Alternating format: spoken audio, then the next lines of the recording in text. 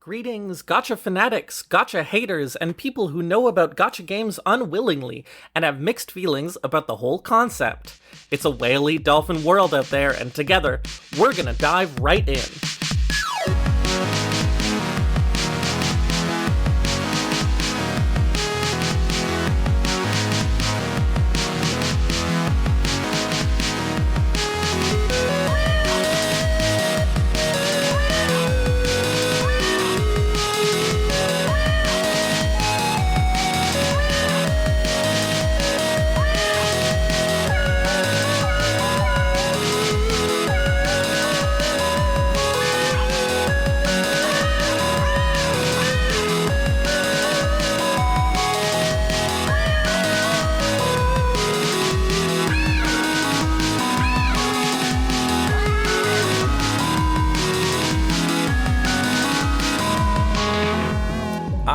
I sure hope that that's still Ash's intro for this, because I just grabbed that off of a random episode of last year's Gone Fishin' and was like, this is probably it. But you know. Anyway, hi. Welcome to Soulmates. Where we talk about all our favorite little guys and all our favorite little games. I'm Ivy Fox. You can find me on our sister podcast, Together We'll Shine, at Newton, a rewatch podcast, available on your podcast app of choice. And you can also find me just sort of generally running this show, which you can find on YouTube, where you can give us a like and a comment and subscribe to engage with us and to help our metrics. You can also find us on your podcast app of choice, where you can leave us a little 5-star review just to help us out. Not joining me, as always, is Ash, who is not recovering from surgery this year, but is somewhere around here, but I think is getting a tour. We're fishing today. This is Gone Fishin'. Welcome to Gone Fishin'. I'm doing a Gone Fishin'. Sorry, I should introduce more. I should do more of Ash's intro before I do that. You can support Ash on Asher Lark on Ko-fi. And you can support this show on Ivy Fox Art on Ko-fi. Send me money to help us with hosting costs. That would be helpful. Where was I? Our art is by Rygarden, who you can find on Instagram. Our music, that's by Sueños Electrónicos, who you can find on Bandcamp. All the links are in the episode description. Please look at the episode description. I spend way too much thought writing the episode description every week. Anyway, hello. It's Gone Fishin'. It's my episode of Gone Fishin' that I get to do. I'm honestly a little nervous about this, even though this structure was my pitch, because I feel like I'm not very great as like a solo talker. It's like a solo performer. But I'll do my best. We're talking about Infinity Nikki. Infinity Nikki. And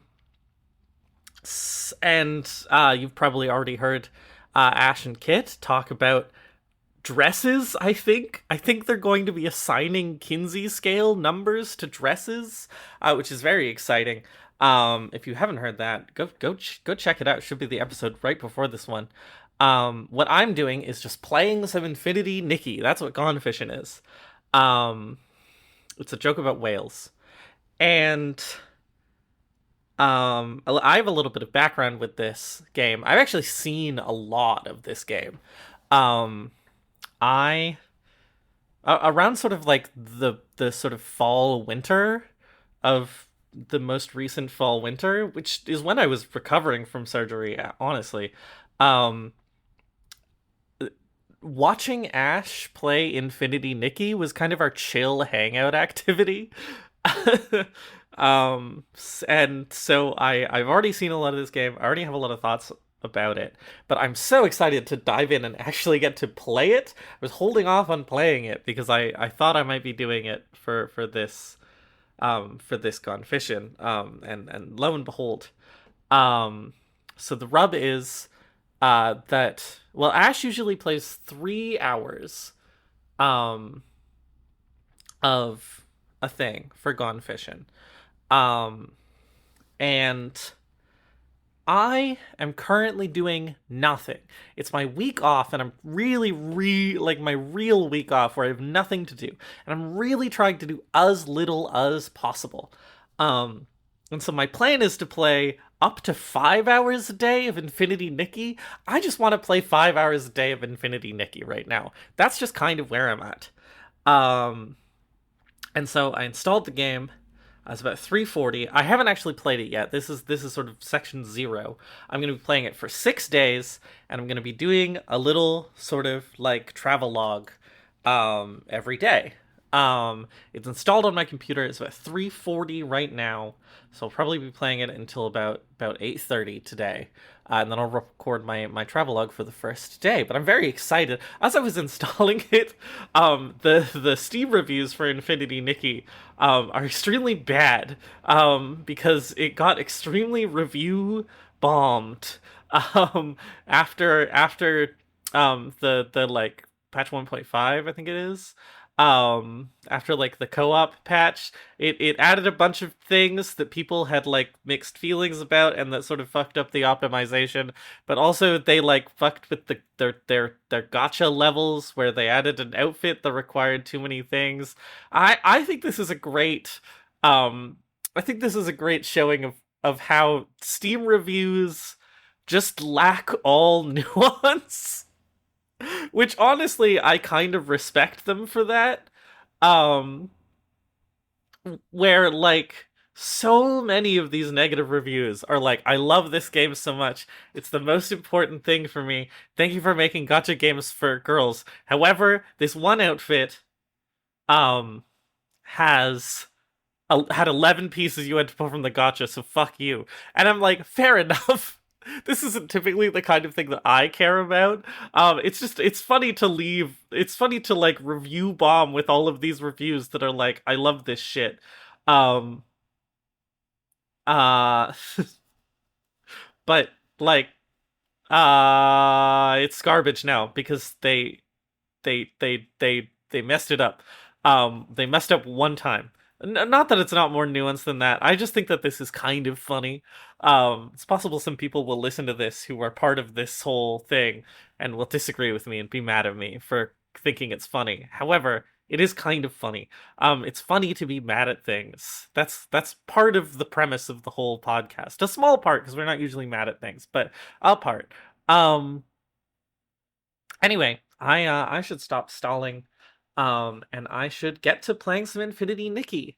I'm very excited. This game is kind of bonkers. I have my little scratch pad for taking notes.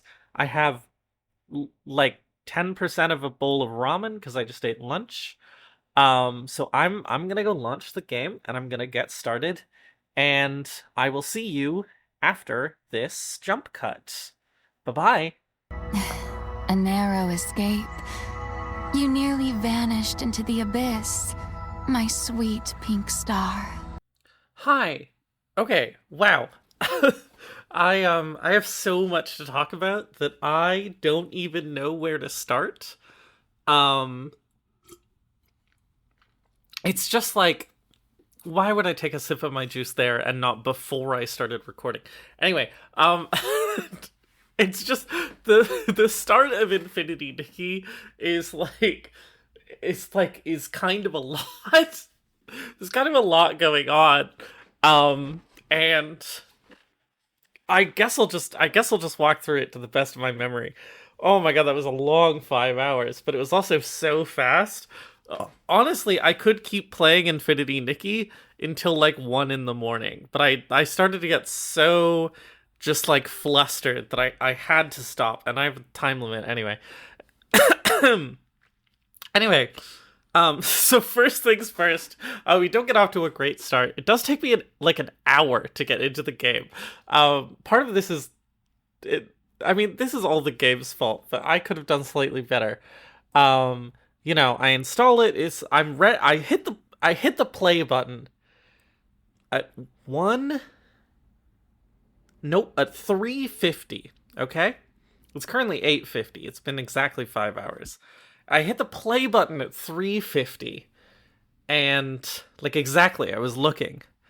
And then a bunch of things happen. Um First of all, it needs to update. Super reasonable. The launcher needs to update. Super reasonable. Reasonable. End of sentence. Reasonable things to happen. That takes a while because it's like over 8 gigabytes. But like that's normal. It's my first time launching the game. I have to download all of the different seasons and updates and stuff. We're on 1.7 right now. That's where we're at. The one with the fish woman event. I guess she's technically a siren. Anyway, um, then I. So the game takes forever to update.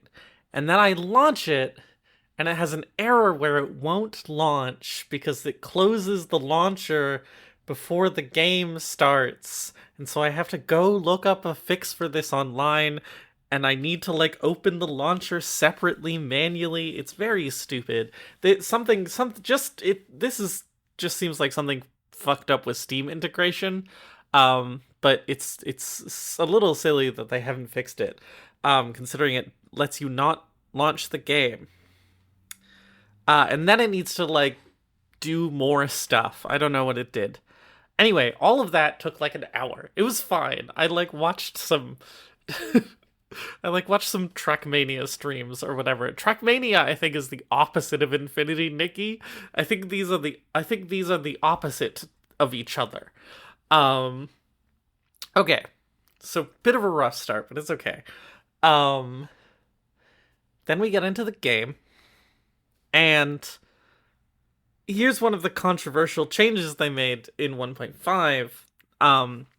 Is they changed it so now the 1.5 like Sea of Stars intro, how do I describe this for people who haven't seen this? So basically the game opens now on you, Nikki, being kind of a fish woman. You're in a fish dress, and then a woman in like a scary demon souls bird dress guides you through the Sea of Stars. This is very homoerotic. Listen. I'm not. I'm without the shield of having a conversation with Ash. I'm a lot more reticent to like immediately say that things in video games are homosexual. However, I will say that like one of the first mechanics the game teaches you to do is how to hold hands with this gorgeous bird woman.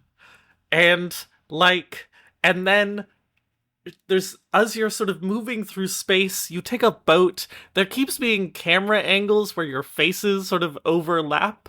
Where in an anime from 2005 that would be an implied kiss. They like you jump from sort of like celestial, so you get in this it's so hard to explain. You get in this boat. She walks you past a path of stars, then you get in a boat together and you hang out while she explains that the world is ending. And then you go through this like celestial path where you're like hanging out on a bunch of celestial dolphins. You're just hanging out on the backs of some celestial dolphins made of stars. And she keeps being like, stay with me. And then when you go to her, she like grabs you by the hands and like pulls you close to her and leaps with you from one thing to the other. She's here to show you a whole new world. Sorry, the Disney portion was last segment. Anyway, and then like the world collapses, and the like the universe or the world. She keeps talking about how this world is dying, and then it collapses into a black hole, and then like you almost fall into the black hole, but but bird lady who's called the seer, she grabs your hand and you link fingers with her and like you pull each other close while the like the celestial ghosts of other Nickies are all around you. Um I anyway, I was genuinely blushing. And then you show up in quote unquote the Sea of Stars, the actual Sea of Stars. I might have referred to as something else as the Sea of Stars. There's a lot going on in my brain right now. Show up in the Sea of Stars. It's this I really love the art design in this game. Like the art design is really good. It's really solid. And I think this is a strong introduction to the art design. This new area that they've decided is the new area. Um fucking there's these big pink crystals everywhere and these like really interesting cave formations and this really like nice, is the grass purple or am I just like gaslighting myself into thinking it's purple? I don't know. It might be green, but it's really nice. It's a really nice look. It's in this like perpetual twilight. The water is all shimmery and starry. It's like it's really gorgeous. Uh and then you go through a series of really awkward tutorial prompts. Then you meet, okay, the seer, but now she's massive and she's like made of stars and ice. Um, she's definitely like Nikki from a past timeline. But she looks like Melania from Elden Ring.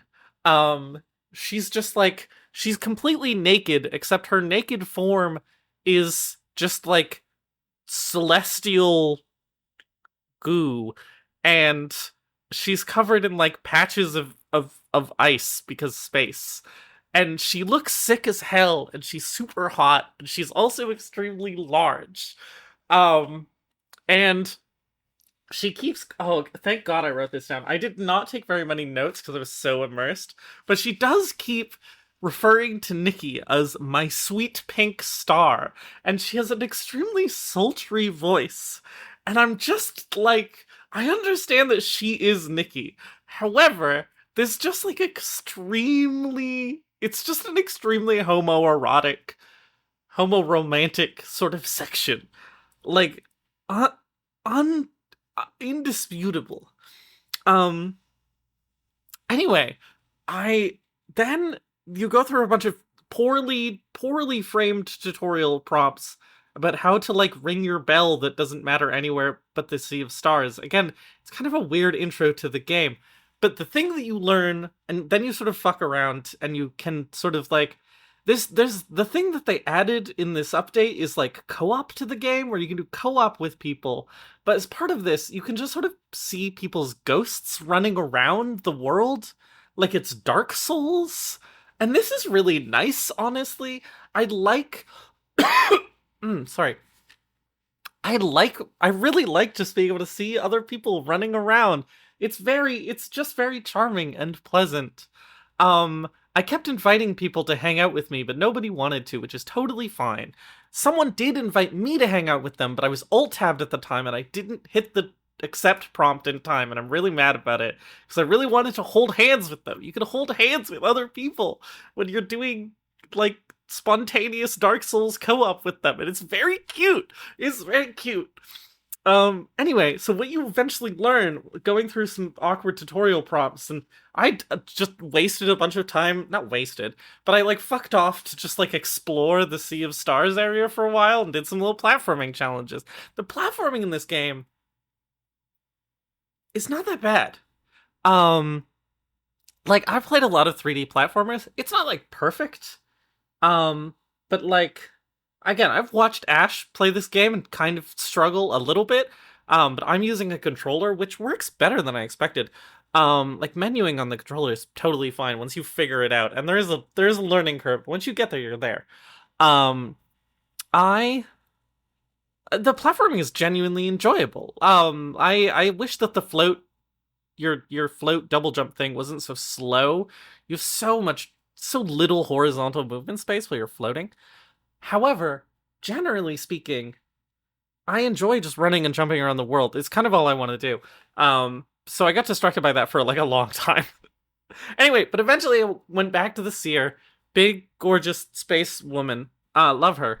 Um, and basically, the new setup for Infinity Nikki is this. Infinity Nikki, the main plot happened, but then the world exploded, and now we're stuck in a time loop.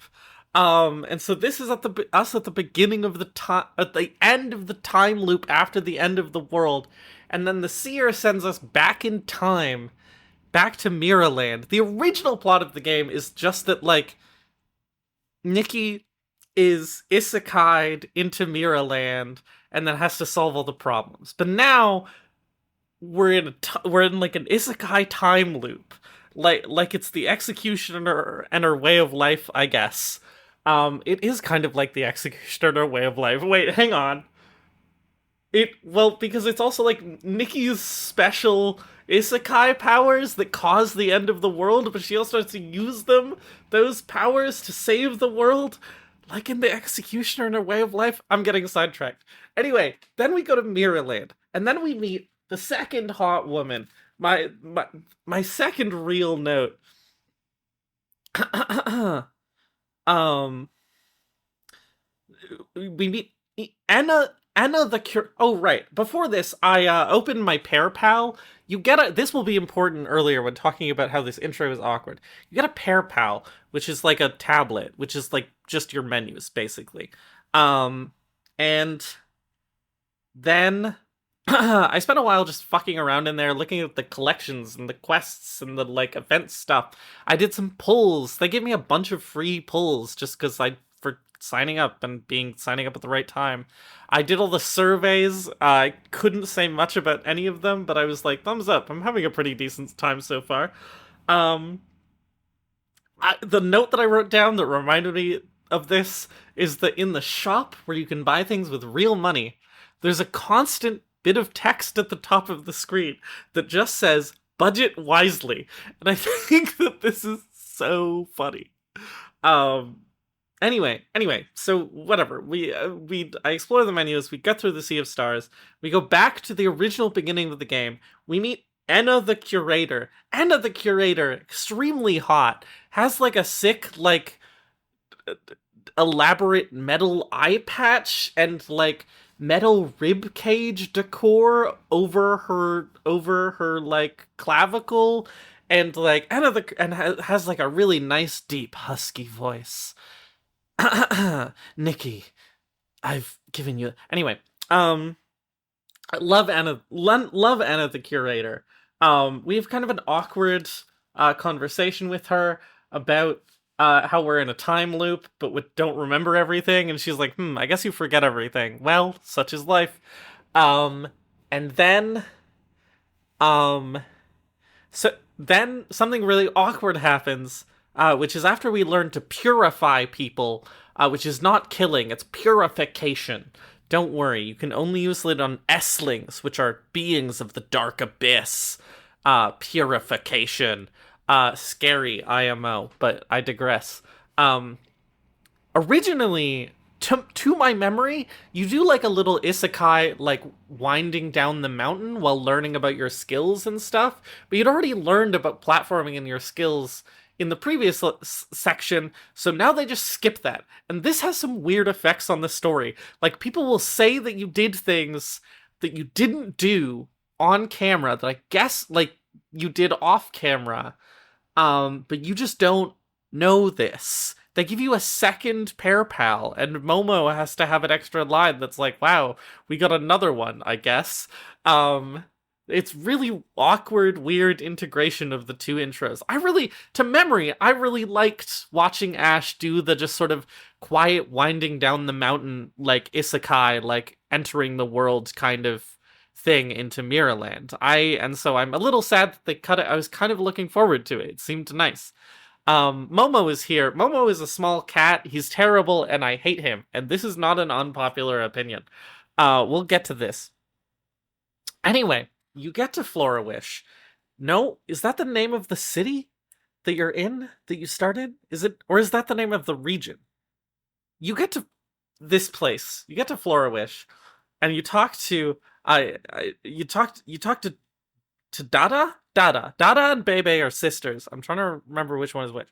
You talk to Dada first. You enter the Stylist Guild. You have to become a stylist, who are like magical fashionistas, which is sick as fuck. I think Infinity Nikki is genuinely kind of sick as fuck. Um, you talk to Dada, and Dada has such an energy. The first thing you do when you meet her is she drops a bunch of paperwork on the ground, and she's like, "I hate paperwork." And she's just like this really weird, like bubbly, but like weird personality. She also has a great fucking outfit on. I really wish I could get Dada's outfit, because Dada's outfit is sick as fuck. It's this like retro throwback like 50s like ice cream server outfit is the best way I can think to describe it. Of just like white and blue and pink stripes and like big bows and stuff. It's sick as fuck. Dada is great. She has such an energy. She introduces you to being a stylist.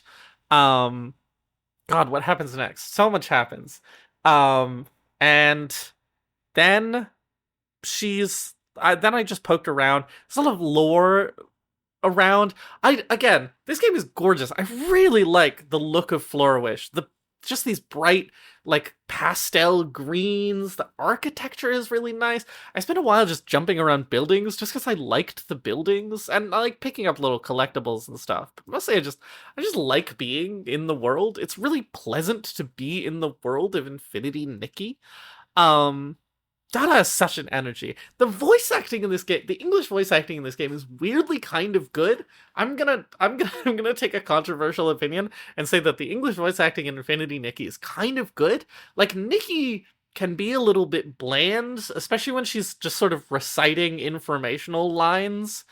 But like, she does have a lot of emotional range. Her VA has a lot of emotional range, and like a lot of the characters are really appealing and have like a strong character with some amount of depth. We run across some children later who, like, I think are voiced really well, actually. Anyway, Dada. Then we go outside. Then I think we go meet Giovanni, who I know I'm future poisoned, and I know is going to be the main villain. He's sort of like floaty and mysterious, and ooh, and he gives us some wishing paper, and he's like, ooh, wishing is good. Blah blah blah blah blah. He's not necessarily like telling us that he's the villain too hard, but there's definitely something spooky going on with Giovanni. Strong introduction to Giovanni, who I'd only ever really seen watching Ash later. But like, then we talk to some kids, sort of forgettable, but whatever. Then we meet Dada's sister, Bebe. Bebe also has such a good energy. She's sort of like, she's not necessarily shy or quiet, but she's sort of reserved. She's sort of like functional. She's a photographer. She likes organizing things. She doesn't like to be at the front. She doesn't like her name being out there. She likes taking pictures. She takes a picture of Nikki and then is like, sorry, are you okay if I publish that? I should have asked first. And then you can take a picture with her. I failed to take a picture with her for maybe 20 minutes because it's not clear. You have a quest that's like, take a picture with Baby. The game is a little bit riddled with bugs. The quest that's like, take a picture with Baby. And I was like, okay, I'm going to take a picture with Baby. And then I stood next to Baby and I took a picture, and then I took another picture, and it wouldn't work, and I looked it up, and there were a bunch of solutions that didn't work, and eventually I figured out that you have to upload the picture, which I don't even know what that does. I don't know where it uploaded it to, if anywhere. But that worked, so if you're stuck on take a picture with Bebe, don't forget to upload the photo you take with Bebe. Anyway, take a picture with Bebe. Then, incredible, one of my favorite characters arrives on the scene. Nonoi. Noi has an incredible outfit her outfit is like papercraft inspired, and so it's all these sharp edges. It's like this bright red with like light blue and white, and like highlights of orange and gold. And she arrives on the scene, and she immediately crashes a massive paper crane, which was a whole thing. Giovanni gave us a paper crane to write down our wish. Anyway, Nonoi arrives, she crashes a paper crane into a house, does the sickest fucking action movie slide into like a graceful tumble landing that you've ever seen off of the roof. Completely fucks up this guy's shop. Um, and then how do I describe Nanoi's energy? Nanoi just has such a good energy. I feel like I'm going to say this a lot. Infinity Nikki in general has kind of a good energy, is the thing.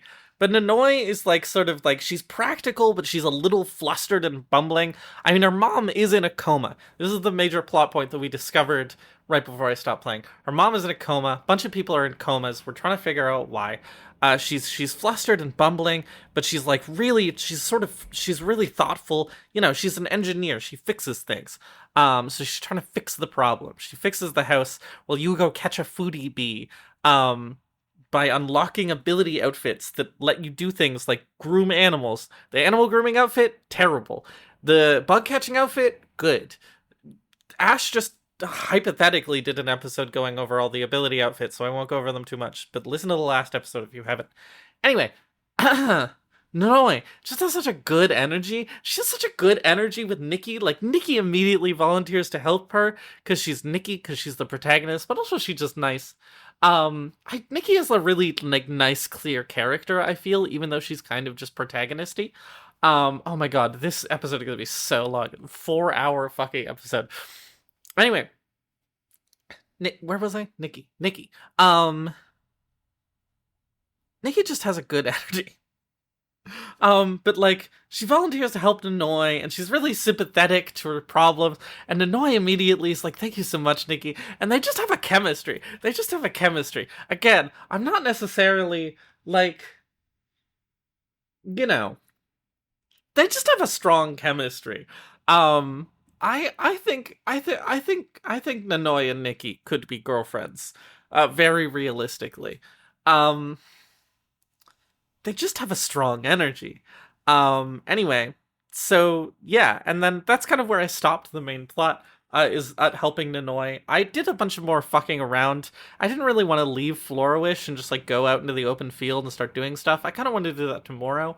But like, I stopped at like a reasonable point, which is like, we've established the thing, and then we gotta figure out how to help Nanoi get our mom out of a coma, and then Nanoi is gonna tell us about the miracle outfits, which is the thing that we want to save the world.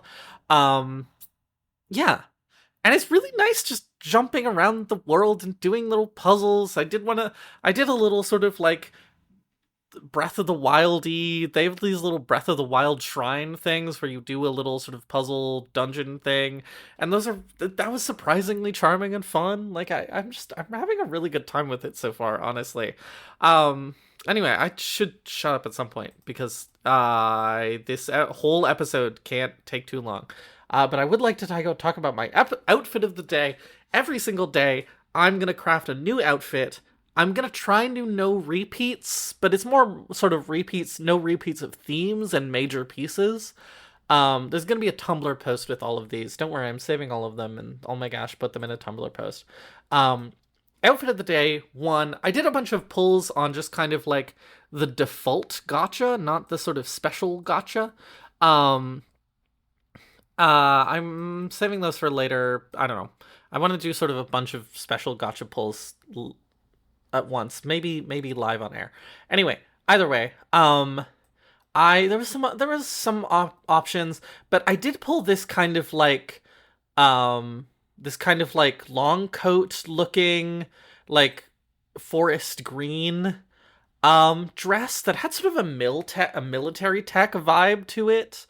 Sorry, not military tech, like military wear vibe, kind of like a vintage military thing.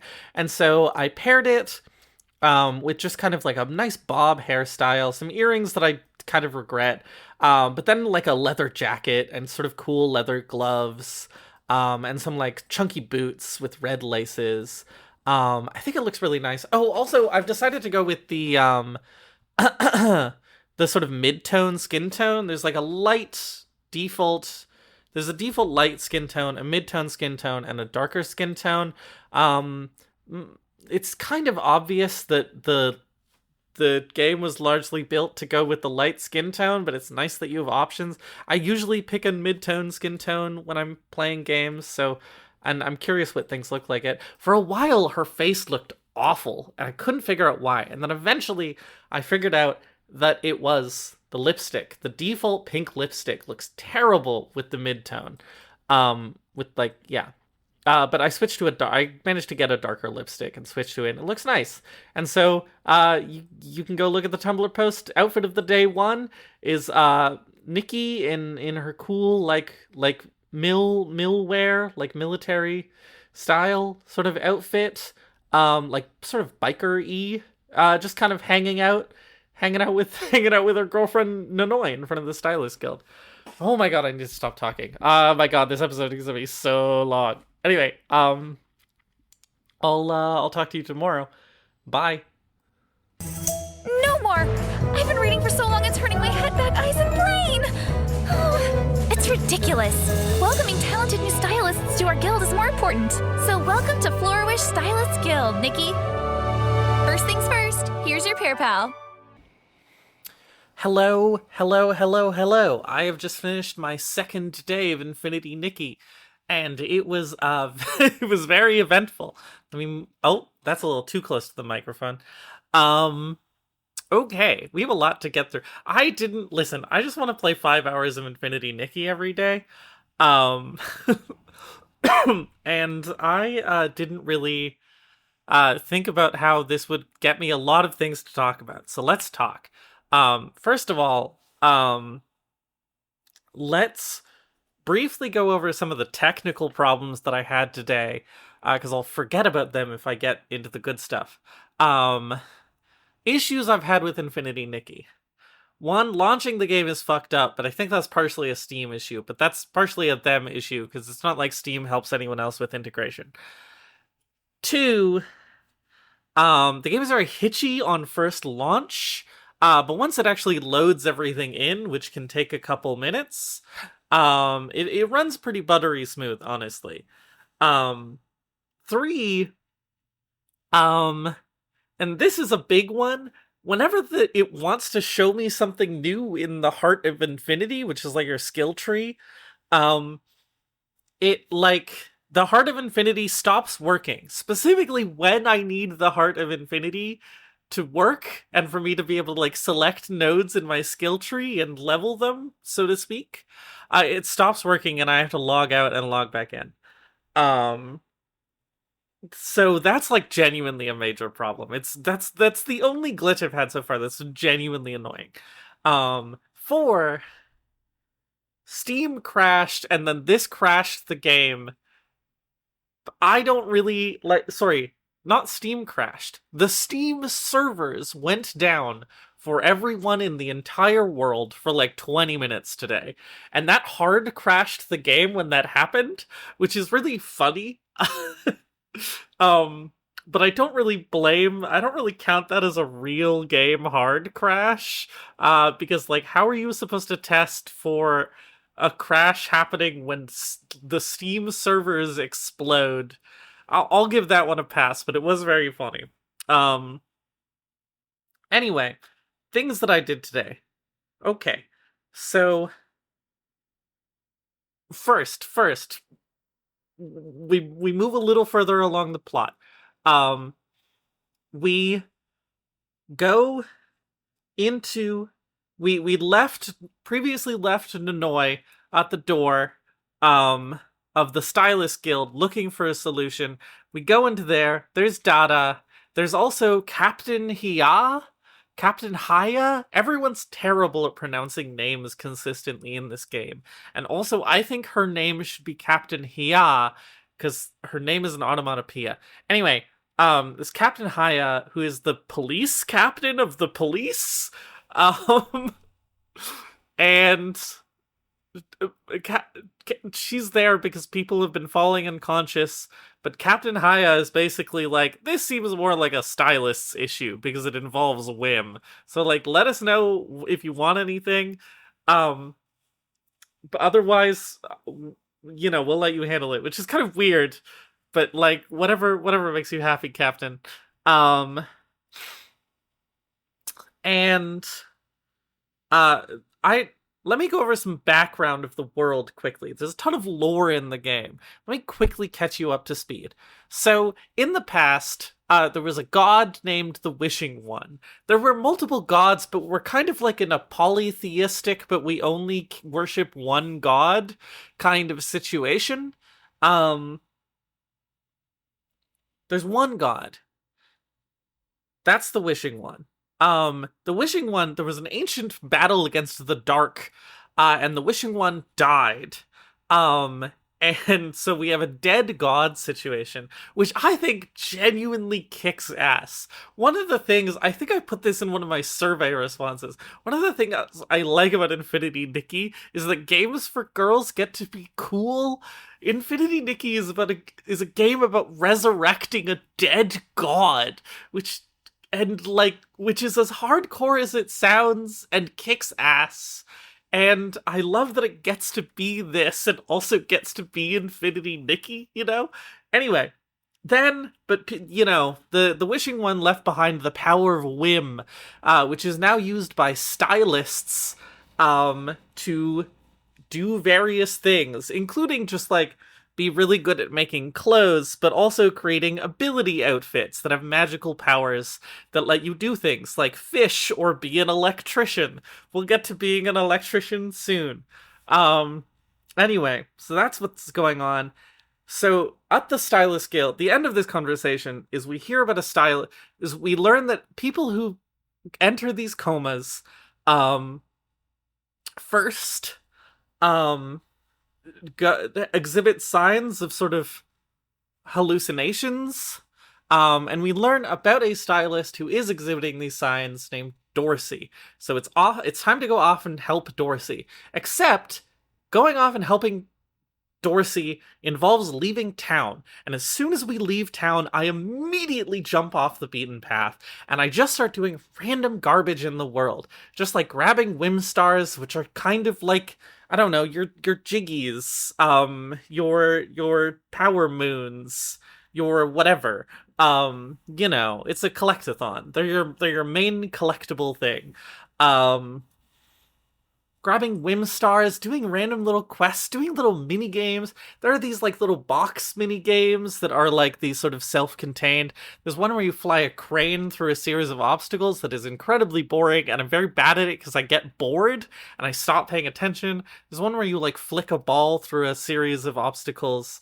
There's also like platforming challenges mini games where you have to like kick a ball as Nikki through a series of hoops, or you have to like jump through the rings without landing on the ground, stuff like that. You can go fight. Genuinely, so like I love being an Infinity Nikki is the point of this section. It's so easy to just fuck off forever and just like have a great time, because it's like Infinity Nikki does not necessarily have the most kind of like kinesthetic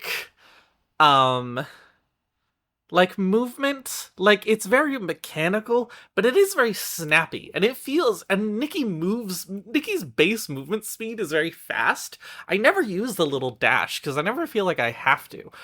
Nikki's base movement speed is very fast without being overwhelming, and you can sort of turn on a dime, and platforming is very easy. There's combat in this game where you fight little evil S-things. I mentioned this before. But that combat is like really snappy and nice. It's super easy, but that's fine. Everything is kind of super easy, but that's fine. I'm genuinely fine with that. It's a chill time, and there's some depth to combat. Like, mostly you just mash the button, but you can't aim your attacks vertically, so sometimes you have to, like, do a little platforming challenge to, like, get on the same vertical plane as a flying enemy who's been shooting down at you, and then you can hit them, and that's fun. I went into a cave at some point. All of this portion is kind of a blur in my mind. I went into a cave at some point, and I, like, pushed a boulder to knock down a breakable wall as a fun little puzzle. I got to do a little platforming exploring, and I got to fight a bunch of enemies in, like, a complex environment, and, like, I got hit a couple times. I was never at any risk of dying, not that dying matters. But, like, I was genuinely engaged. It was genuinely really good. And the like music is so nice. It's just this kind of like gentle kind of flute and guitar kind of, and it's really pretty. The caves look really nice. The outdoors look really nice.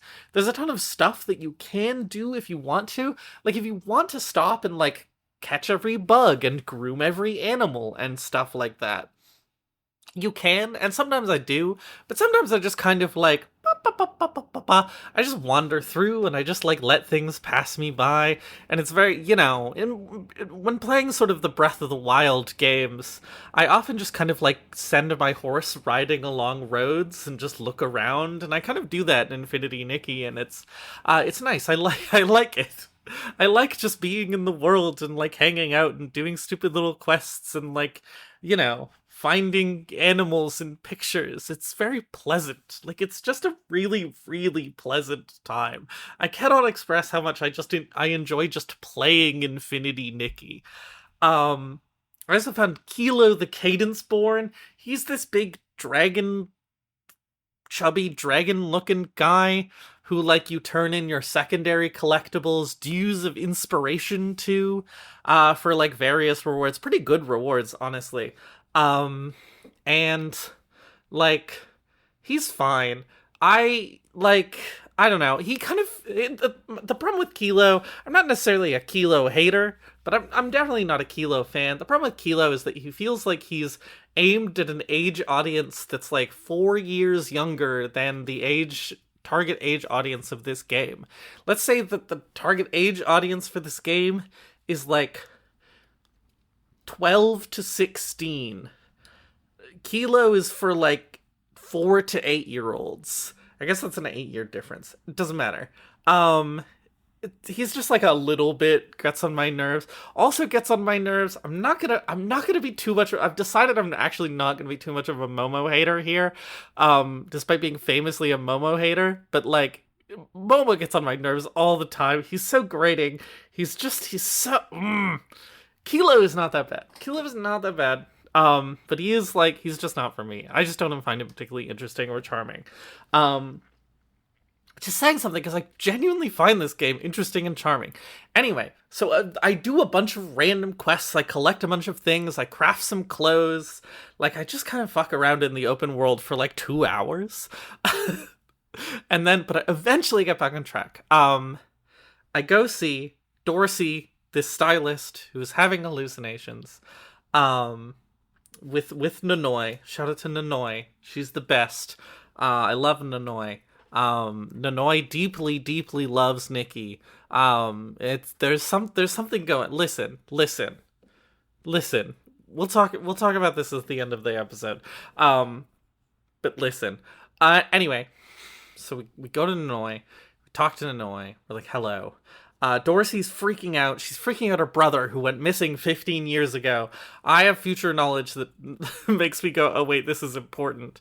And something. Oh, right. And eventually, one of the things she says is she talks about the Wish Envoy. And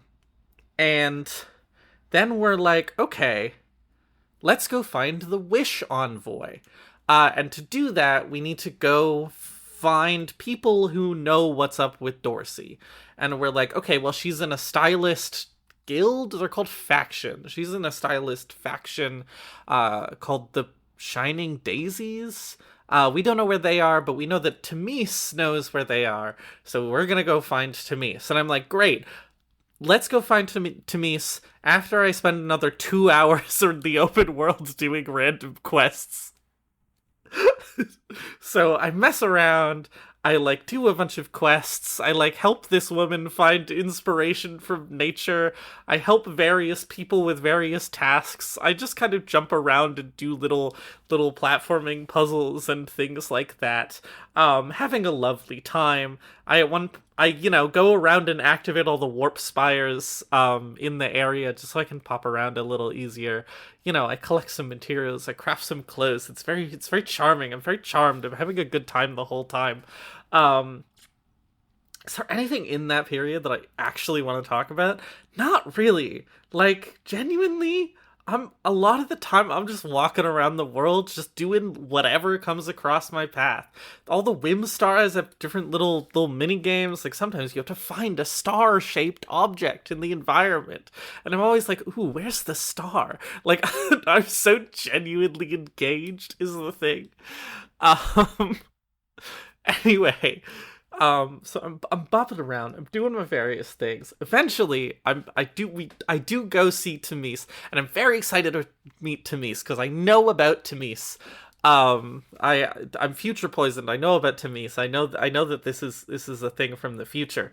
Tamis is great. Tamis is a fairy who is a different race of person from humans. She's very small. She has wings that are actually her wings and not costume, unlike some people who have costume wings.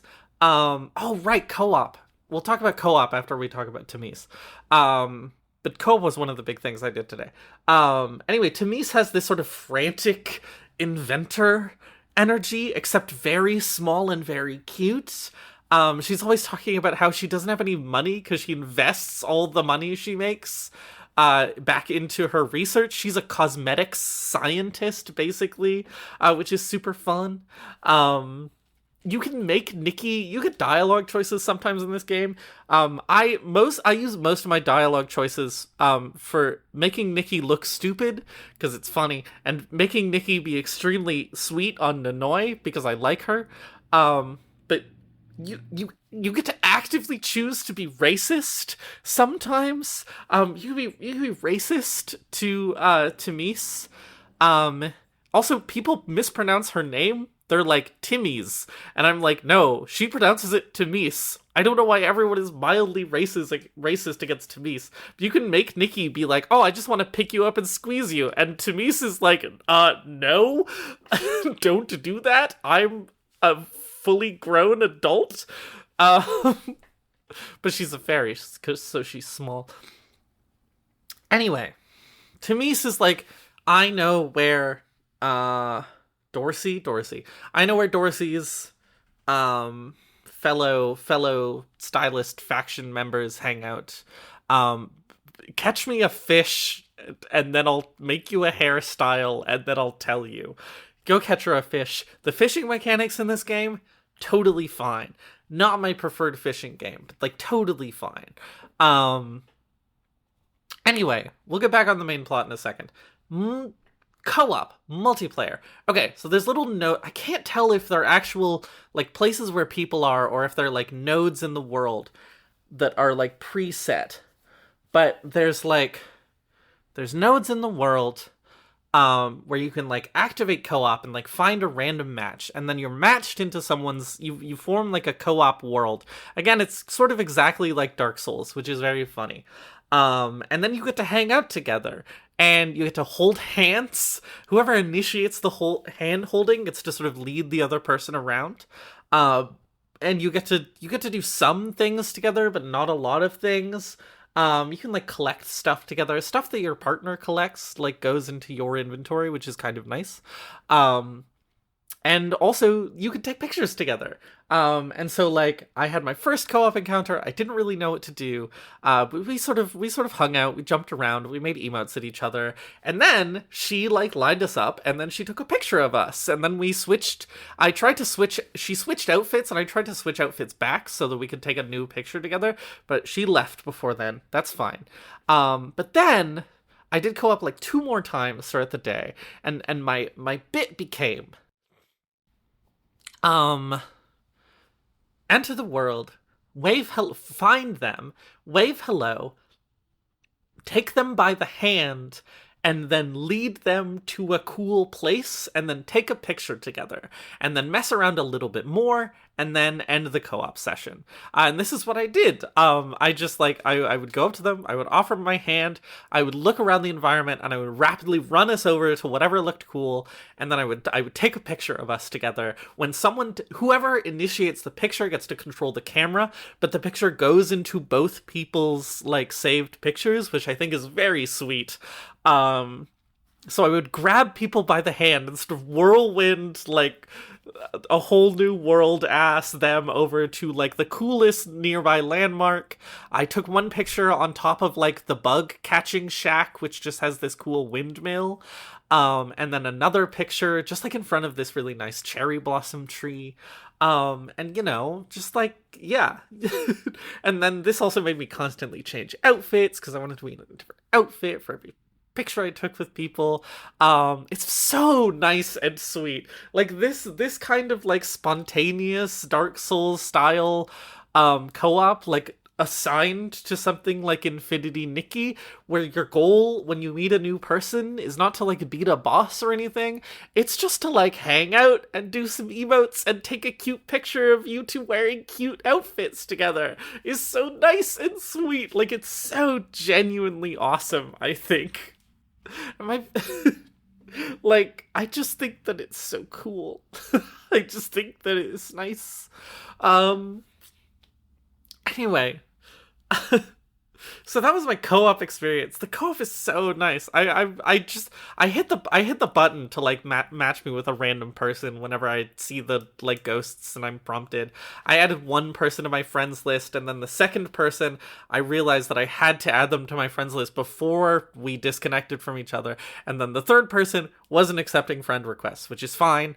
But like now I have one friend now I've on my friend request who I took a sweet little picture with. Anyway, back to the plot and other things. So we find the Shining Daisies. They're facing off in a, or the, right, right. Dorsey's brother made a sketch, which is like what you make into clothes. It should be called a pattern, but it's not. That's fine. Um, like a pattern is what you use to make clothes, but whatever. Anyway, they're facing off against the shining scissors or something. The scissor guys. If and who are mean and rough, and they steal patterns or sorry sketches from other stylists. And so we gotta beat them up. Except in this world, you don't do violence; you do styling competitions. And this is one of the main gameplay loops. This is the gameplay loop that clothes are actually relevant to. Which is you'll go up to a person and they'll be like, styling contest. Here is your prompt. They'll give you a flavor prompt. You never actually follow the flavor prompt because you just use whatever has the best stats. But each piece of clothing has like a main stat, and then it can have some sub values. Like, take a fucking sip. Oh my god. Like like a school uniform skirt might have the tag, like it might be in the category of cute. It's a cute outfit. It's cool, cute, elegant, sexy, fresh. Yeah. So like you might have like a school uniform skirt that is cute, but then also has a sub tag of uniform, which means that it will do best in cute things, but also have a bonus in challenges that are uniform themed. Anyway, I beat these guys' asses. Styling challenges are sort of funny because they're not really all that engaging, because you just, like, hit the button that gives you the best stats and then you run that. But it is funny to see what your best statted outfit in each category is. Sometimes they're terrible. I've discovered that my best statted fresh outfit right now actually looks kind of nice. It's got this green and pink thing going on. Green and pink, like, flowers thing going on. It's nice. It's very fresh. Anyway, so I do that styling challenge. We discover that the Wish Envoy hangs out around a statue late at night, a statue of the wishing one, trying to coerce people into using quick wish bottles. And that's what happened to Dorsey, because Dorsey was wishing to get her brother back, who's been gone for 15 years. And so we meet back up with, and so we come up with the plan for us to basically, Nikki is going to pretend to be a late night wisher, and then Noi is gonna ambush the wish envoy. And so we do this. We go. You can do some gag wishes, like you can wish for unlimited gotcha pulls, which I think is really funny. But you do a sincere wish, and then the wish envoy comes up to you in a cloak that does not hide his face very well. And then Noi leaps from a fucking tree and, like, tries to roundhouse kick the motherfucker and lands in the coolest pose I've ever seen, and then rips after him, and he gets away. However, like, boss moment for Nanoi, and still, despite, Nanoi and Nikki are becoming very close. I'm very invested in Nanoi / Nikki, if that wasn't clear. Anyway, he drops a Quick Wish bottle out of his pocket. It rolls down the river. It causes a power outage. And then the last thing I did was I went to the mayor's residence, and I discovered that the power outage, there were some croakers there who are literally just frogs. Like, they're people, but they're frogs. The mayor was mildly racist to the frogs. She was like, there's been some complaints about croakers in the past, but I guess I'll consider you citizens. I'm like, Jesus Christ, Mayor Grace. Anyway. Racism is a weirdly big part of this game, but I don't think I'll get to that part of the story within this series. Either way, we discover that,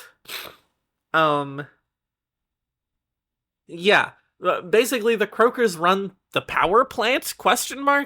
And so we have to go fix the power plant, which has been overcome by Monroe fish. We'll go there next time or tomorrow, so I'll talk about Monroe fish then and croakers more, but that's our next step. And the part that I left out was it's time to be an electrician. It's time to get the electrician ability outfit, which is very exciting. Be an electrician. Did you know that girls can be electricians too? Anyway, very excited about that. But now it's time to talk about the outfit of the day. Where is it? I'm pulling up the screenshot right now. Here it is. Okay. So one of the things that I felt, I was shifting outfits regularly throughout the day, which is very fun. Mostly because of changing outfits for different co-op pictures. And I really enjoy running around this world in pants. First of all, I just love that this game gives you a variety of sort of gender expression options. I think that's very good. As a woman who likes doing a variety of gender expressions, I think that's kind of great. And so, there was a portion where I had just on like jeans and a sweater and was running around the world, and it felt perfect. So I was just like adventuring, I was like forging through rivers, and I felt super practical, and I just felt awesome. And so I wanted today's outfit to have pants and be practical. These pants ended up not looking, when I looked at the final photo, I was like, these pants are not as practical as I hoped they would be. They're kind of businessy, but like, that's fine. They open at the bottom, so they actually are, they look pretty flexible. So it's these beige pants, and then these big chunky boots. And then the shirt that has breakfast on it for some reason. It's just like a green sleeve t-shirt that has a picture of breakfast on it, but that really like set the color scheme for the thing. It's this very sort of like brown and beige and yellow and green kind of like breakfast theme thing. I've got like a big backpack on. I've got a hat on because of the sun. I've got I really love this hairstyle, these like big twin braids. But like hair's up in braids because we're foraging around. Nikki's got an extra hair tie around her wrist. And of course we are, as always, posing with our girlfriend Nanoi in front of the mayor's house. And yeah, that's today's episode that's today's outfit of the day. Again, these are all going to be in a Tumblr post. It's so weird that this whole thing will be one continuous thing when it's not that for me at all. But anyway, having a great time with Infinity Nikki so far. Genuinely, I think it's genuinely good. Tomorrow is going to be a little bit different in an exciting way. And I'll see you then.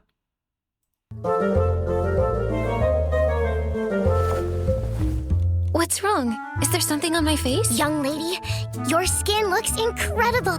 Whether you're using blush or eyeshadow, the colors will pop. Also, your lip shape. It's perfect for lamp chili lipstick. I haven't started developing it yet, but seeing you, I think I should start right now. Hello, hello. Test.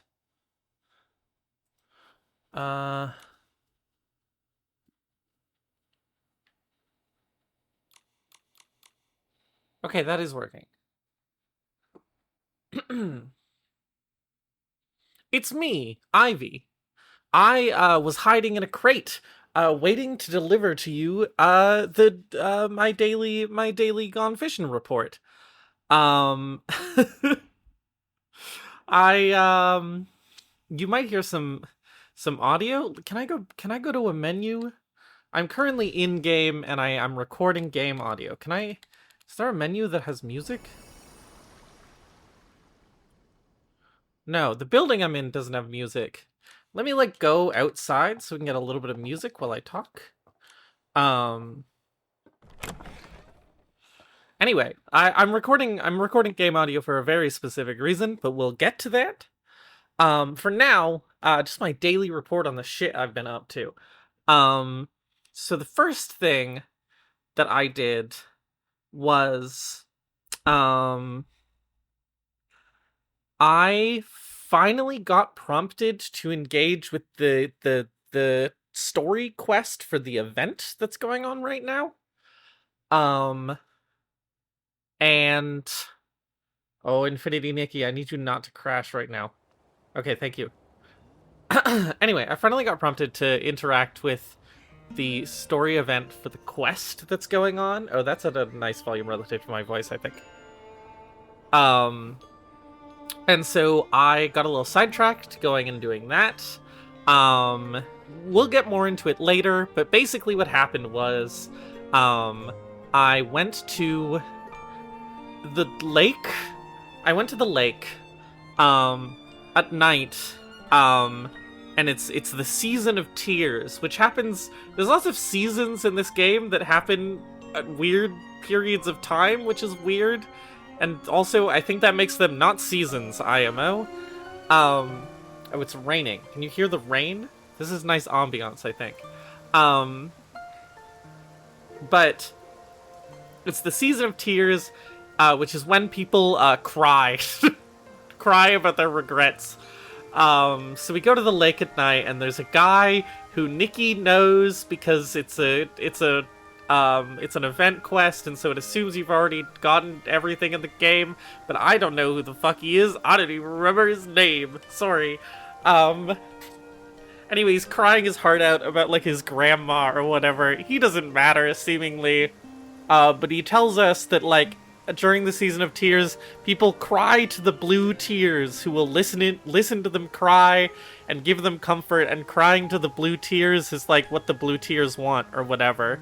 What Dongwon needs. A rainy day is perfect for picking rainy orchids. Thank you, Nikki. And so anyway, and then Nikki hears a mysterious voice in the lake that's shimmering with blue tears.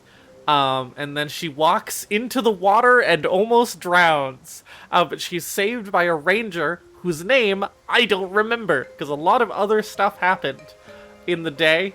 But the ranger saves Nikki and tells Nikki a bit more about the blue tears.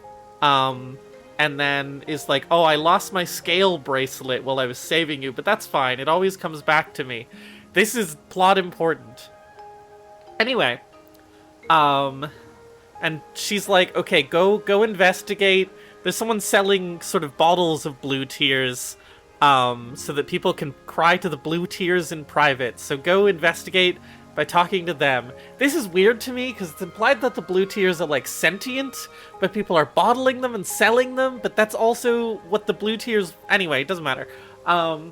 So you go and you find some ghosts. Well, they're called shadows instead of ghosts, even though they're obviously ghosts. I don't know if this is like a China thing or what's going on with this. But you go and you find some ghosts, and they're talking about how someone was killed by the snake, and you know, you find the tear bottle seller, who's a croaker. They're all just named Croaker, even though they definitely have names, which feels kind of racist, but that's fine. Anyway, there's a croaker there. You talk to the croaker. The croaker's like, OMG, the snake eats croakers. It's 1,000,000 miles long, and it eats croakers. And Nikki's like, you know, I have to solve the mystery of how this woman, whose voice I heard and who almost drowned me, died. And so you go through this whole sort of like, it's kind of Oprah. This is a whole genre of like murder mystery, is like, you know, getting information from like ghosts or remnants and then solving the mystery. Basically, here's how it shakes out. Woman who died, named like Adarina or something like that. We'll get back to this quest later and I'll know more about it then. I just wanted to dip my toe in it. She died. Allegedly the snake killed her. Eventually we stumble into this, like, you know, historian named Phoebe, who wants our help figuring things out. And yeah, but also we learn that the snake, whose name is like Cyril, something like that. That's not right. We'll figure this out later. Don't worry about it. What also was very helpful to people, and Nikki's like, and was known as the Wish Envoy, and Nikki's like, would they really be so helpful if they were just, you know, if they were just trying to trick people? And we learn when we learn a little bit about we hear a story about the scaled bracelet, so we go back to Ranger Girl who saved us, whose name I will remember later, and we're like, what's with the scaled bracelet? And she's like, oh, it was given to my family by a pair of rangers in the ancient days, known as like Cyril and Adarina, who were the best of friends. And we're like, what's up with these two, considering that, like, allegedly one of them killed the other, but, like, the one who killed her seems really nice, and they seem like, what's up with the two of them? Are they friends? Are they lovers? Etc. And that's kind of where I left it. It wasn't dull. I was having a good time. It was off in a corner of the map I had never been, and so I was having a good time just sort of romping about the forest. I really genuinely kind of like just moving about I've said this a million times, but I genuinely like just kind of moving about the world in this game. There's weirdly a lot of depth to the movement, in that, like, your floating ability gives you a little boost, a little sort of half double jump when you use it, and it lets you float, but also its forward momentum is kind of is slower than your normal forward momentum, and so for an optimal jump, you have to jump and then wait until, like, you're just past the peak of your jump, and then start floating. If you start floating too early, you'll move forward too slowly, and so, like, there's just enough nuance to the movement that I find it engaging to jump around. I found some new bugs. I found horses while I was exploring a new part of the map. It, like, looks different over there. There's a lot more pine trees. Fun. I had a fun time just kind of romping about. I kept getting distracted, like, all day by just, like, poking around the world and getting little collectibles and stuff. It's hard not to. Because, like, you know, I don't know, it strikes a good balance of, like, there's interesting main content to go do anytime you want, but also you can just fuck around and be, like, rewarded by little dopamine hits and little discoveries and stuff. It's cute, it's fun, I'm really having a good time. Anyway, back to the main quest. Going back to the main quest. What happened? Oh, right. Then I did the game's first, like, dungeon. The game has dungeons.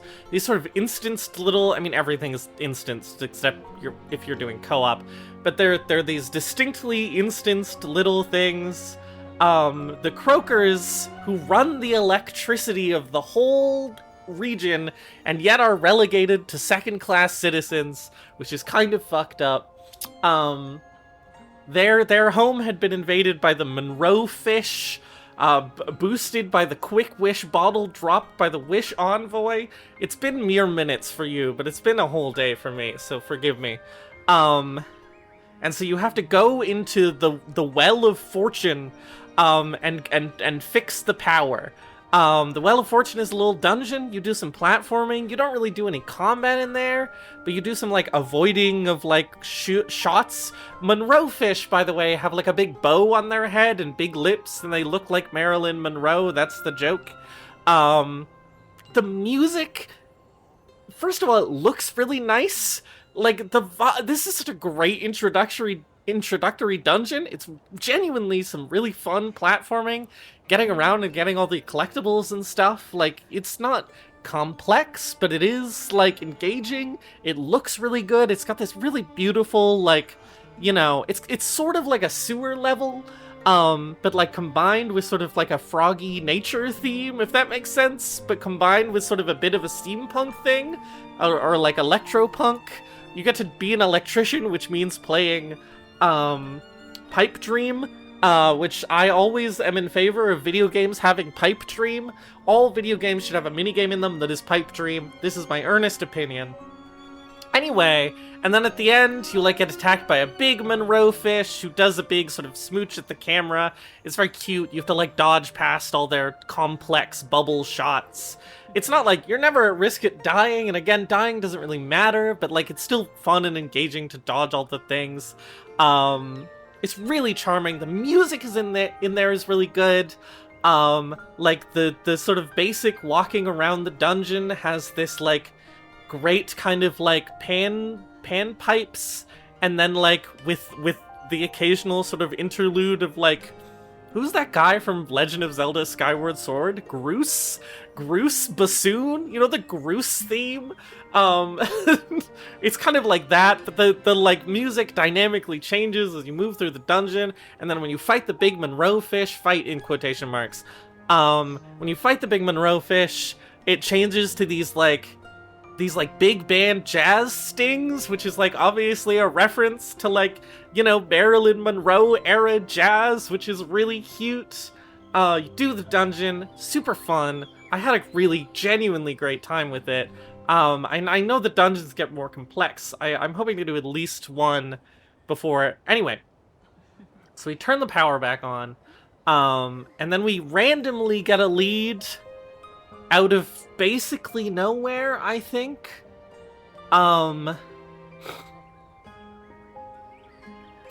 Which is, yeah, basically out of nowhere. I don't remember how we get this lead, but we get the lead that the Wish Envoy that we're looking for, is, like, putting on a thing in the morning to where he's, like, gonna give everyone quick wish bottles.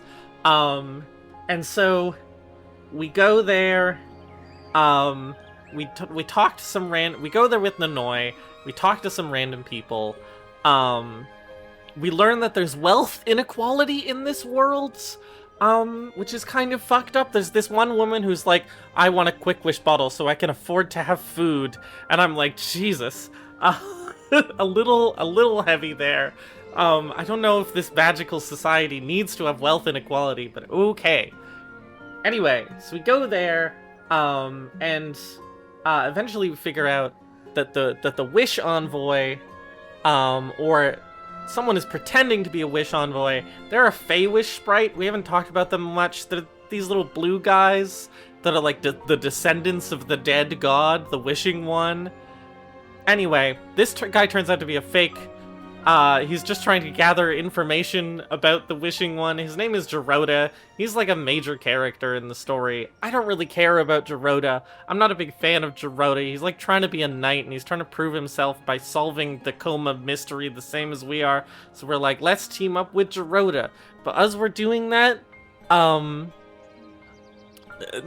gets really emotional, and she runs off, and then what occurs is what I think of in my limited experience as one of the most iconic scenes in the game, where Nikki goes to like comfort Nanoi, and there's these genuinely decent cinematography of shots of like Nanoi sitting like up high in her little hideout, which is just like an open platform. Like in the next to her work, so not a very good hideout, but they do call it her hideout. And Nikki like comforting her from the ground, and then eventually Nanoi comes down and she tells the story about how like she's an orphan and she loves her adoptive mother, but she wants to know where she comes from, but her adoptive mother like wants to stop her, and so she blames herself for her mother getting a coma because they had a fight right before she used the Quick Wish bottles. And Nikki is very comforting. I was very pissed at Momo during this cutscene because he kept saying things, and I was like, Momo, they're having their genuine soft touching soft Yuri moment. Can you shut the fuck up, please? We're having a moment. We're doing something here, Momo. I really genuinely like Nanoi's voice performance, voice acting, voice direction. Like, she's very heartfelt. She's a wide emotional range, very clear character. Huge Nanoi fan, as discussed, and as will be discussed continuously. Anyway, this whole, like, soft, sweet moment, just as Nikki is, like, asking a question about something. Oh, controller disconnected. It's just my controller turning off. Is interrupted by a guy popping out of a box and saying, it's me, Galio, and providing us with information suddenly... Momo, I'm talking. Providing us with information out of nowhere. I have to mention it's me, Galio, because Ash loves that part, so that's for you, Ash.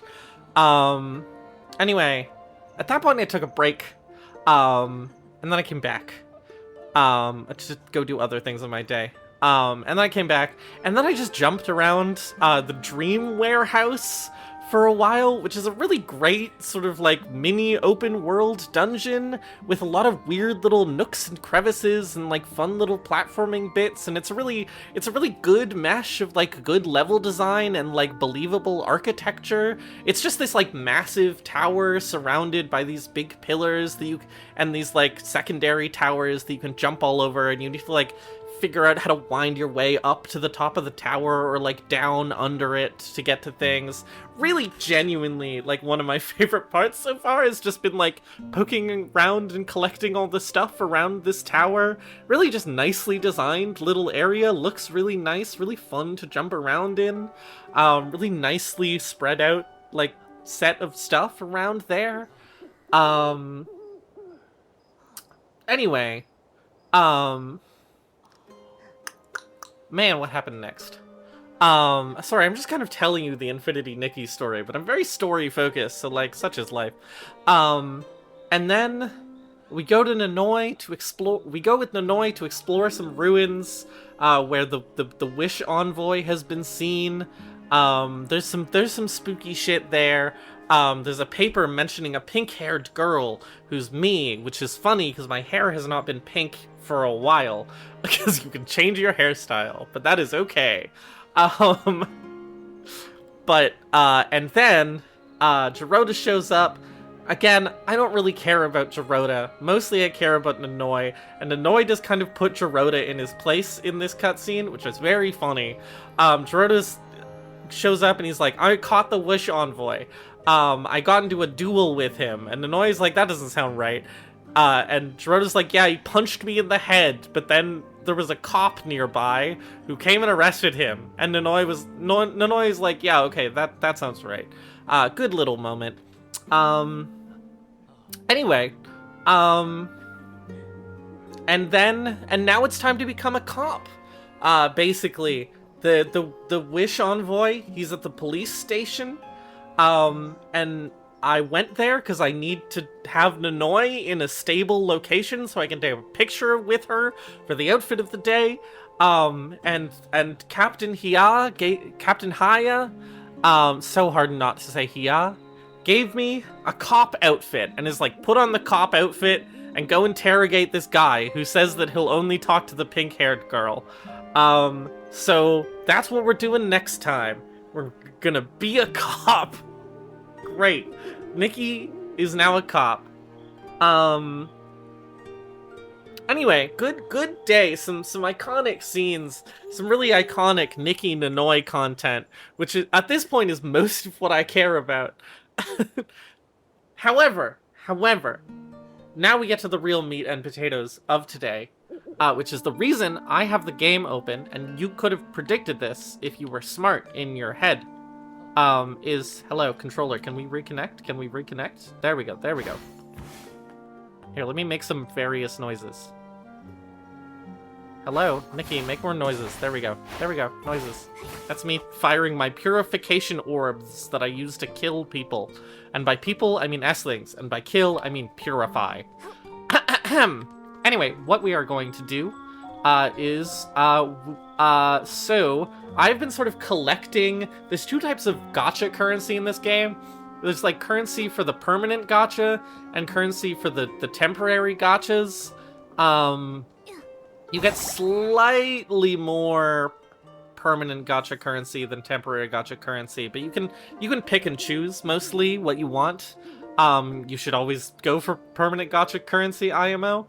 So I've been stockpiling permanent gacha currency, and also Burb very generously, our dear listener and occasional co-host of the show, Burb, very generously recently donated $100 to help with hosting costs. Thank you very much, Burb. Very generous of you. And I've decided to put 30 of those dollars into buying pulls. The sun's coming up. Thanks, Momo. Into buying pulls. So I bought, like, 30 pulls for $30. I bought 30 pulls for $30, but that split, like, 21 of the good gacha pulls and 9 of the bad gacha pulls. I don't think that even the special packs in this game are kind of bad value. I think $20 for 15 real gacha pulls and 10 fake gacha pulls is kind of bad. However, I bought basically exactly $30, including tax, of gacha pulls, and I wanted to do those gacha pulls live because I think that's fun. Is that fun? Who knows? You tell me. But we're gonna do them.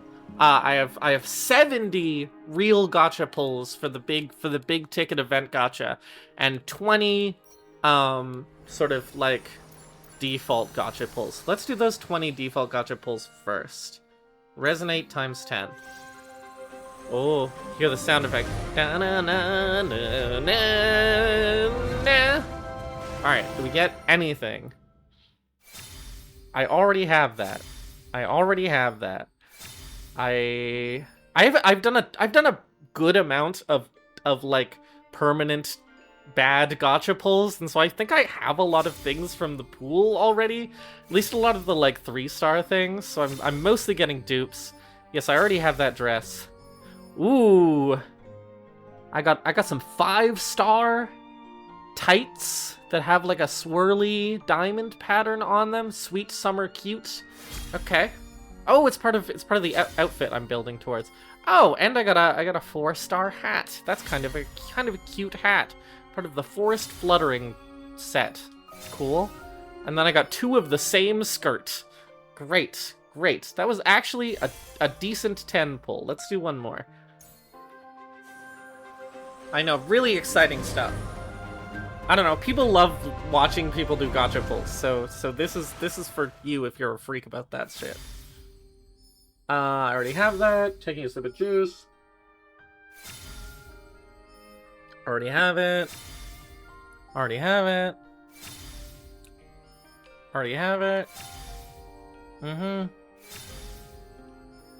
Yes, yes. Okay. Some nice boots, some nice sort of green and brown, like big chunky boots. Oh, also part of the Forest Fluttering set. Okay, okay, okay. I don't mind it. I don't mind it. Already have that, already have that. Okay, so only one 4-star in there, no 5-star. That first poll was kind of cracked, but... Oh, and I get a Deep Echoes, which is my sort of like draw rewards. What do I want? Maybe I want new eyes that aren't so scary. I've been rocking the scary eyes like this whole time. Oh, I kind of like these eyes, which are still a little... Maybe a new lipstick? The thing is, the fact that the default pink lipsticks look so bad with the skin tone I'm using makes me scared of other lipsticks. Let's get slightly less scary eyes. That seems nice. Okay, time to pull on the real gacha. This is, in case you're curious, in Tears we meet again for the Tide of Tears event. Oh, Tide of Tears is the outfit. These are sort of siren, fishy, queen themed outfits. I have guaranteed. I've set to my sort of guaranteed pull the main dress on this. I'm hoping to do. I have 70 pulls on this, by the way. So we're gonna do 7-10 pulls. I'm hoping to get enough stuff. I wanted to do these gacha pulls and then do my outfit of the day with the stuff I got from the gacha pulls. But let's see. Okay, that's a new 3-star. That's a new 3-star. I wonder if there must be a different set of 3. Oh, that's a dupe of the thing I just got. There must be a different set of 3-star things in this. Okay, a 4-star that is for an outfit that is neither of the feature outfits, but that's fine. I'll take a 4-star. Bunch of new 3-stars. Okay, so there's a different set of 3-stars for the paid, not the paid, but like the regular gacha and the temporary gachas. Interesting. Okay, let's do another one. We're gonna. I'm doing the cutscene every time. I'm not skipping the cutscene. It's so short anyway. Why deprive myself of the entertainment? Kind of a cute bracelet. Okay, getting a lot of new 3-stars, which is fine. But starting to get dupes, yeah. Oh, these are cute boots actually. I don't mind those boots. Okay, puffy moonlight. Oh wait, no, this is for the limited 4-star outfit. Okay, I see. I'm getting 4-star stuff. Ooh, I got one of the 5-star things. Oh, it's kind of a nice necklace. It's like this really like fancy bejeweled sort of choker. Sick. Okay, that's my first piece of that. Great. Okay, a 4-star and a 5-star. Not bad. Not bad. Okay. Another one. Is this real content? Who can say?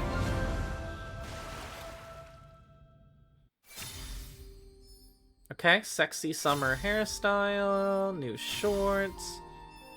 3-star I already have. Some earrings. Okay.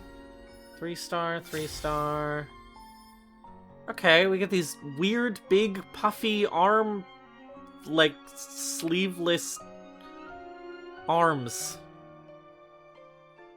Weird. Detached sleeves, that's what they're called. Okay, I'm making my way towards having all of the 4-star outfit. There's only 8 pieces on it, so it's reasonable that we might actually get all of it. Okay.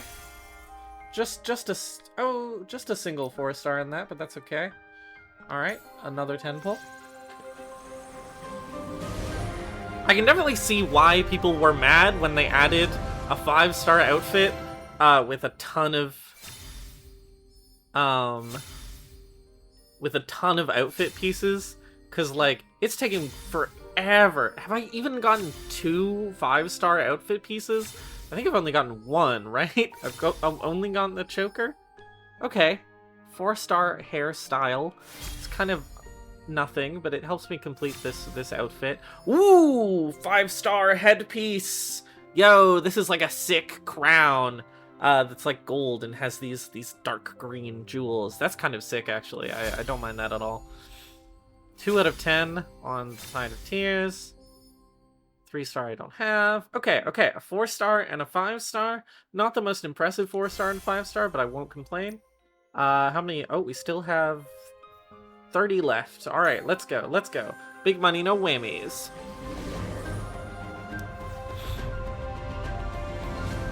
I really hope I can get, like, a dress here, because I wanted to, like, pull something, like a real piece of clothing from the 5-star or 4-star set, and then make the outfit of the day with it. But, like, I don't know if that's gonna happen. Okay, we get a 4-star, like, hair tie. It's kind of a cute, feathery thing. We're really making progress on this 4-star outfit. Yeah. 3 stars. I'm getting impatient now. I'm like, can I please just get a real dress? I just want a real dress from one of the featured things. Please. I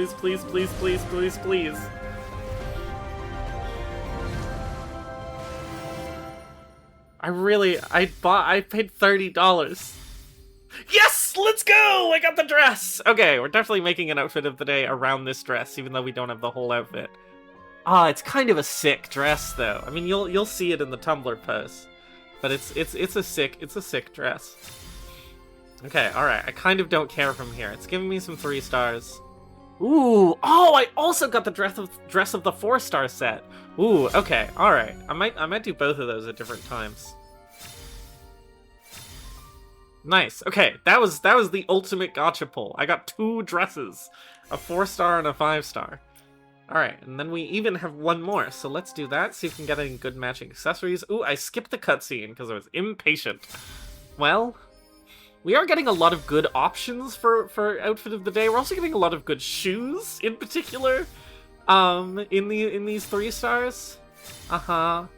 Okay, we got the shoes. Okay, we're 1 away from having all of Nightlight Whispers, which is the sort of, it seems like moth-themed, like 4-star featured outfit of this thing. Okay.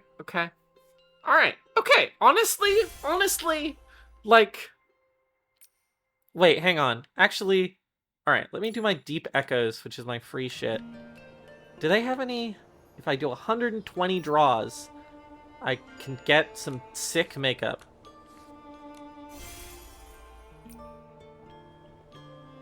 Oh, I did not mean to... I don't know what I did, but I didn't successfully claim those.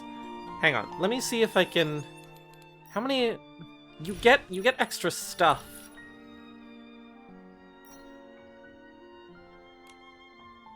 You get stuff that you can use to buy more gacha pulls when you get, like, dupes. So, like, do I have enough to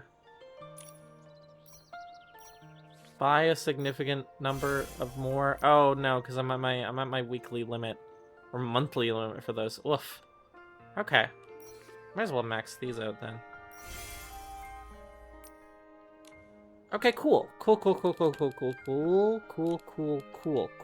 right, and then I probably can get the last of that 4-star set before the end of the week. Awesome. Okay, I'm going to pause the recording. I'm gonna go do the outfit of the day, and I will be back with you, immediately for you, and in like 5 minutes for me. It's me, Galio. Okay, hello, it's me, I'm back. Sans game audio. Okay, so it turns out that this dress, while very nice, is very difficult to pair. My challenge that I set for myself was I drew a lot of the main accessories for this dress, but I didn't want to use them. I kind of wanted to do my own thing with it, and this was very hard because it's very kind of like bespoke dress. So what I eventually went with was this kind of like movie star theme, where like she's got sort of like a star and moon thing with her jewelry, which I think complements sort of like, you know, the lake vibes of the dress. But then also has this big hat and these big sunglasses, and these gloves that really kind of make her look like a movie star, poorly trying to stay disguised. And I complimented this by taking a picture with Nanoi, um, at the police station, of course, which is just where we are, where Nikki is kind of looking down haughtily at Nanoi, who's a little nervous. Again, it's hard to do something with the dress that is so sort of bespoke. But that's kind of my take on it. I tried a bunch of things. I tried to do more of a punk thing with it. I tried to do more of a gala thing with it. I didn't really have the pieces available for either of those, but I'm not unhappy with where it landed. Anyway, we're halfway through. Things that I want to get done before the end of this Gone Fishin'. I want to fight the Sovereign of Cool. I want to complete the event quest. And I want to get to the end of this portion of the main quest and wrap up the Nanoi story. I have 3 days left. I think those are going to be my priority on those 3 days. Maybe in that order. Definitely the main story stuff last. I want to end on the Nanoi stuff, considering this has become kind of a Nanoi themed series, which honestly is deserved of Nanoi. But I will see you tomorrow.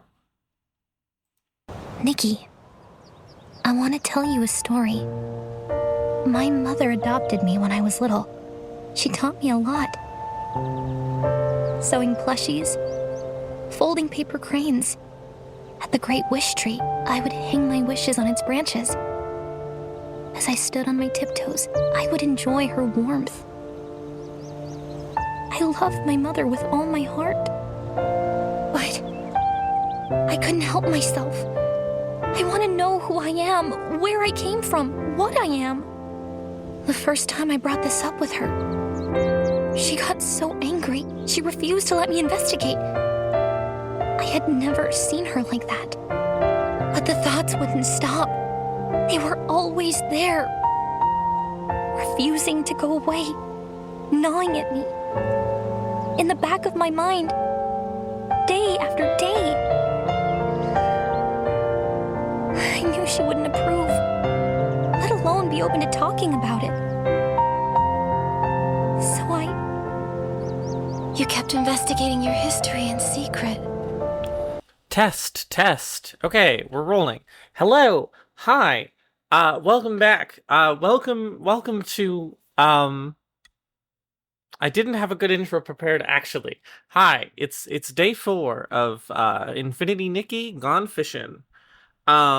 Today I did all of the, current event stuff.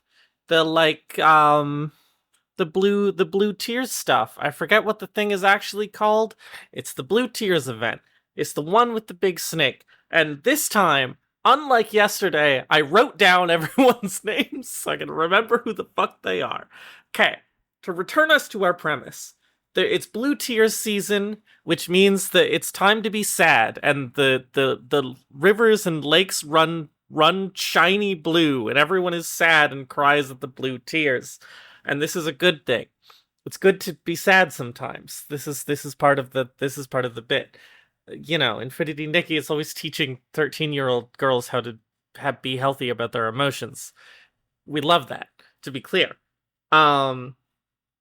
We get involved with a ranger named Deanna, who has a scale bracelet, which we later learned she got from her ancestors, got from a pair of ancient rangers known as Alicia and Sith. We later find out also but this time there's ghosts, except they're not ghosts, they're called shadows. They look like force ghosts, basically. Anyway, and we learn from the force ghost that Sith the serpent killed Alicia and betrayed everyone. What's up with that? But Sith seems like kind of a good guy also. What's going on there? And also there's a researcher named Phoebe, who has a family history of being wish fanatics, which is like a dangerous religious offshoot who are trying to resurrect the wishing one. They don't actually matter that much, but it's kind of an excuse for Phoebe to be here, writing her thesis. Anyway, so we keep going. We keep like, discovering stuff about fragments of the past from, snippets of conversation from these shadows. Um and basically, what we figure out is that all of the. Okay, so quick history lesson. A thing happened called the Veil Fall, which is when all the gods died. And then after the Veil Fall, it was like the apocalypse. This whole event has a sort of vaguely Norse thing with like the big serpent and like Ragnarok, which is kind of sick. It's like vaguely Norse in like a really fun way. Um some aesthetic things too. Anyway, so the veil fall happens, the world gets plunged into the apocalypse, people are dying, there's monsters everywhere. And skipping over us discovering all of this, basically, Alicia is a ranger. She knows how to use whim. She's a whim-mancer. This is pre the concept of a stylist. We'll get there. And she meets the serpent, Sith, who is a giant serpent, but also can turn into a woman. Yes, that's true. She can turn between a woman and a serpent, and being a serpent seems to sort of toll on her, but it's useful to be a giant serpent when you need to fight a bunch of monsters. Anyway, Alicia and Sith, they pretend to be divine envoys, using their whim, and they're becoming a big fucking serpent to save the people and give them hope. Sith like carves out a big cavern for them to live in safely. It's cool. It's cool. However, Sith is doing a lot of work in her big serpent body. And so Alicia goes and finds an artifact called the Arosa Scepter to save Sith's life. I think this whole plot is kind of vague at this point. Alicia goes to find a scepter to save Sith's life, and but the scepter is like makes her go out of control and maybe be about to hurt people, question mark. So Sith has to kill her, and then everyone hates Sith for this and locks her away. And that's what happened. The important part is Sith and Alicia are gay. Listen, I understand that this game is about like the friendships between women. However, the homoeroticism cannot be denied in this one. There's constantly like shots of them like holding hands and saying how much they love each other. I think the song of this event, which is all about these two women, it has a line about lying on each other's chests. Like, they talk about how they love each other. People talk about how pure and deep their love for each other is. And how their hearts are intertwined. And they talk about how they're gonna find they're gonna get through this dark night and find a land with beautiful blue flowers together. It's great. Anyway, it's like Yuri bait on another level. It's also genuinely pretty touching. Anyway, so after doing some more just kind of story fucking around, we get to the dungeon of this event, which is the serpent ... zone. I don't remember what it's called. Serpent. It might just be called the Serpentine Ruins. Anyway, this dungeon fucking whips, kind of. It's a little awkward, but it does kick ass.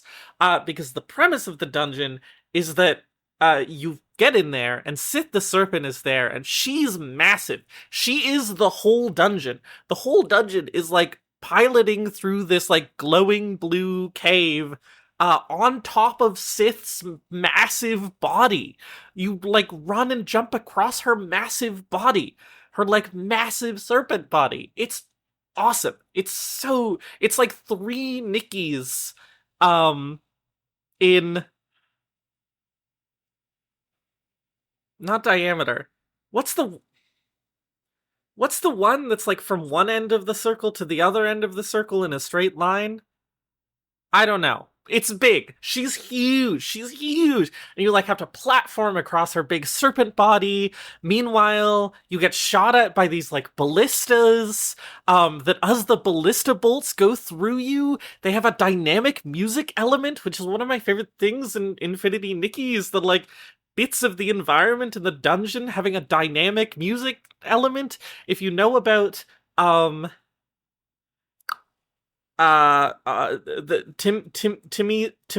Timmy's factory ba stampers, I love those. But whenever the ballista bolts whiz past you, you hear like a locational audio because it's coming from the ballista bolts. Little pan flute, like not pan flute, piccolo, a little piccolo. The music in this dungeon is awesome. It's like it has this really it's this sort of like orchestral with kind of vague singing and vague whispering. And then as the song progresses, as you get further and further into the dungeon, you realize that what the whispers are saying and what the singers are saying is they're going, "Sit the serpent," and they're going, "Alicia," which is sick. And then, you get to the head of Sith the Serpent, and you touch, and she's massive. She's like feathers on her head. She's not really a feathered serpent in the traditional sense, but she has like, big feather adornments on her head. She looks sick. Great looking dungeon. And then you go into her memory realm, which is a thing that happens all the time in this game. I know you're always going to people's memory realms. And you discover, her and Elise, you walk through this, like, this kind of walking simulator style thing where, like, you're, sorry, you're seeing flashes of Alicia's Force Ghost talking about how much she loves Sith. Ugh. Woof. Sorry, I had some pizza. Anyway, I'm talking very fast. And then you get there and you find Sith's like giant mourning snake spirit who's like crying the blue tears, and you like fight some ghost esslings while like images of Sith and Alicia sort of being together flash over the screen, and then the music swells and there's this sort of rhythm game thing that happens that I was very bad at, where like, there's like dark memories, but if you hit the rhythm game correctly, they get filled in by good memories, and the memories are all of like Alicia and Sith like holding hands and like walking through fields while holding hands. There's a lot of them holding hands.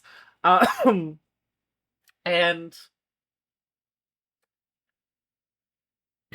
sorry. Anyway, also these cutscenes always put you in the event outfits, which I think is funny. You go into the Alicia outfit to sort of guide some ghosts, the Moth outfit, and then you go into the Snake outfit here to sort of embody Sith and her mourning. Anyway, and so Sith, so the next thing that happens, so there's the apocalypse, it's bad for a while. Alicia dies, she's killed by Sith while saving Sith, very tragic. Classic sort of tragic lesbian fantasy setup, I feel. And then, 2 months later, the Eight, they're just called the Eight, are formed, which is like a bunch of, really powerful Whimmancers who rebrand to being stylists, who like teach everyone to harness whim so everyone can be safe and rebuild the world. And Sith is like, no, if she had only lived 2 more months, she could have been one of the 8. I was thinking as I was swimming today, like, would they be the 9 then? Like in Limbus Company, the League of 9? Anyway, like in historical Korean literature? Anyway. Oh my god. Don't know why I'm coughing so much. I'm just talking a lot. Anyway, and then you sort of reassure Sith's spirit that, like, she's, oh right, her issue basically is both just like grieving for her wife. They're married. It's like it's so queer. They're so married. Pick an outfit for these brides. Um but like Sith is like, not only am I super sad because she's dead and I had to kill her, but like nobody remembers her because like her legacy was trampled immediately by the eight, who are led by a woman named Dexter, which I love, appearing. And then Nikki is like, "Don't worry, we'll tell you and Alicia's story." Um, and then her spirit gets to rest in peace, and I was genuinely touched. I think like the high production story stuff in Infinity Nikki genuinely comes across quite well. I was genuinely touched by this story. I thought it was relatively well done. The sort of murder mystery vibe was fun. I thought the resolution was fun. If confusing, again, I don't really understand what happened with the Erosa Scepter and Alicia dying. I don't understand why that happened or what happened there exactly. Um, but like, it's really sweet. It's nice. And the Nikki's, yeah. And so that's sort of like the main story of the event. Um, I really liked. I had a great time. Good dungeon. Mostly, there's this part where it's shooting, like there's these catapults shooting rocks at you, but it's really hard to see them coming at you, so you just get occasionally randomly bonked. And also that part of the level isn't laid out super intuitively.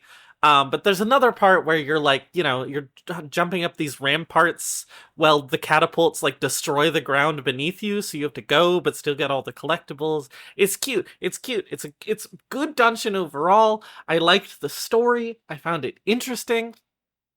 I wasn't super invested in Deanna and Phoebe, although they're both kind of fun.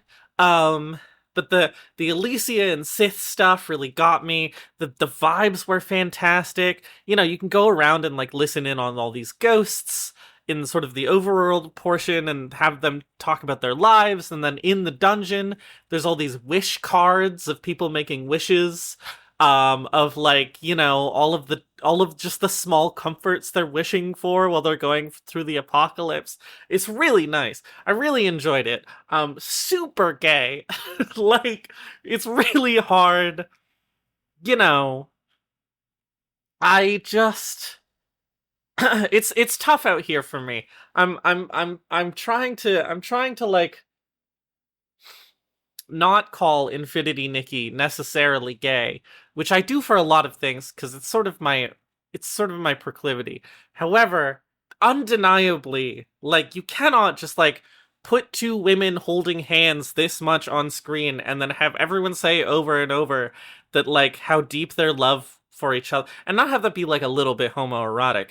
I think that they know what they're doing over there to some extent, but I digress. The side stuff of the event, less good. Um, I did like the Deanna side quest where you show her around Wishfield a little bit, and then you say goodbye to her and like acknowledge her sadness and give her some blue tears to acknowledge her sadness of constantly moving around as a ranger or whatever. It was fine. The unvoiced portions are like not as engaging because they're unvoiced. It was fine. You talk to Phoebe about publishing a book up with the story of the lesbian saviors. Um, me and my snake wife. Me and my big snake wife. Um, Sometimes they just come out snakes. Anyway, sorry, getting sidetracked. And Phoebe is like, it's gonna take a year to publish the book, which is very reasonable. I mean, I work in the publishing industry. That sounds about right to me. Um, but Nikki's like, no, I want the story out sooner. So you like put together a little performance to like tell the world about their story. It's cute, but it's sort of whatever. This is kind of like a common thing in these sort of like MMO-y kind of deals where like the main quest stuff tends to be very like the good stuff. I'm talking about like, any random MMO, but also like Breath of the Wild, anything that's doing this sort of open world thing. The main quest stuff tends to be like, if it's good, which this stuff generally is, tends to be very emotionally engaging, and the kind of just like jumping around the world and like grabbing little collectibles and stuff tends to be very kind of like, you know, instinctually engaging. And then all the side quest stuff that's a little bit in the middle of those tends to be less engaging. Um, meh. Um, but nonetheless, the other major attraction for this event, which I've seen some of the other events and they tend to have better stuff, but is a thing where you have to like escort ghosts. You have to like locate a ghost in the world, and then you have to escort it to its destination while staying close to it. So it's functionally just like an auto scroller. You have to go through a very slow platforming auto scroller. And you have to do that 6 times, and it's very boring, and I did not enjoy it. And I did some other random quests associated with the event, but ultimately I was like, whatever. I did pull all of the 4-star event, 4-star outfit from the event banner. There's only one away. If you're curious, it took me 80 pulls to pull all of the 4-star, and I got like 4 out of 10 of the 5-star in 80 pulls, which, like, woof. No wonder people were upset about them increasing the number of items needed for a full outfit. Because considering how much pulls cost when they're, like, on sale, I'm like, woof. That is a lot of pulls to pull that 5-star. Oh man. Nonetheless, I don't care that much about gacha, but it's interesting to think about. Anyway, so that was the event. I genuinely enjoyed like the main stuff, and I kind of wish that I just didn't really do much of the side stuff. It just wasn't that interesting. But I got a lot of materials, which will be helpful tomorrow. Then I did a little bit more of the main story, mostly just to move Nanoi, because I needed to take a new picture with Nanoi, so I needed her to get out of the police station. I interviewed the Wish Envoy. It is so funny. If you look up anything from this game, just look up the interview with the Wish Envoy. It's so stupid. You get caught up in this whole metaphor about like flipping coins and who flips the coins, and he's like, I flipped the coin. No, the prophet flipped. And Nikki's like, but who's flipping the coins?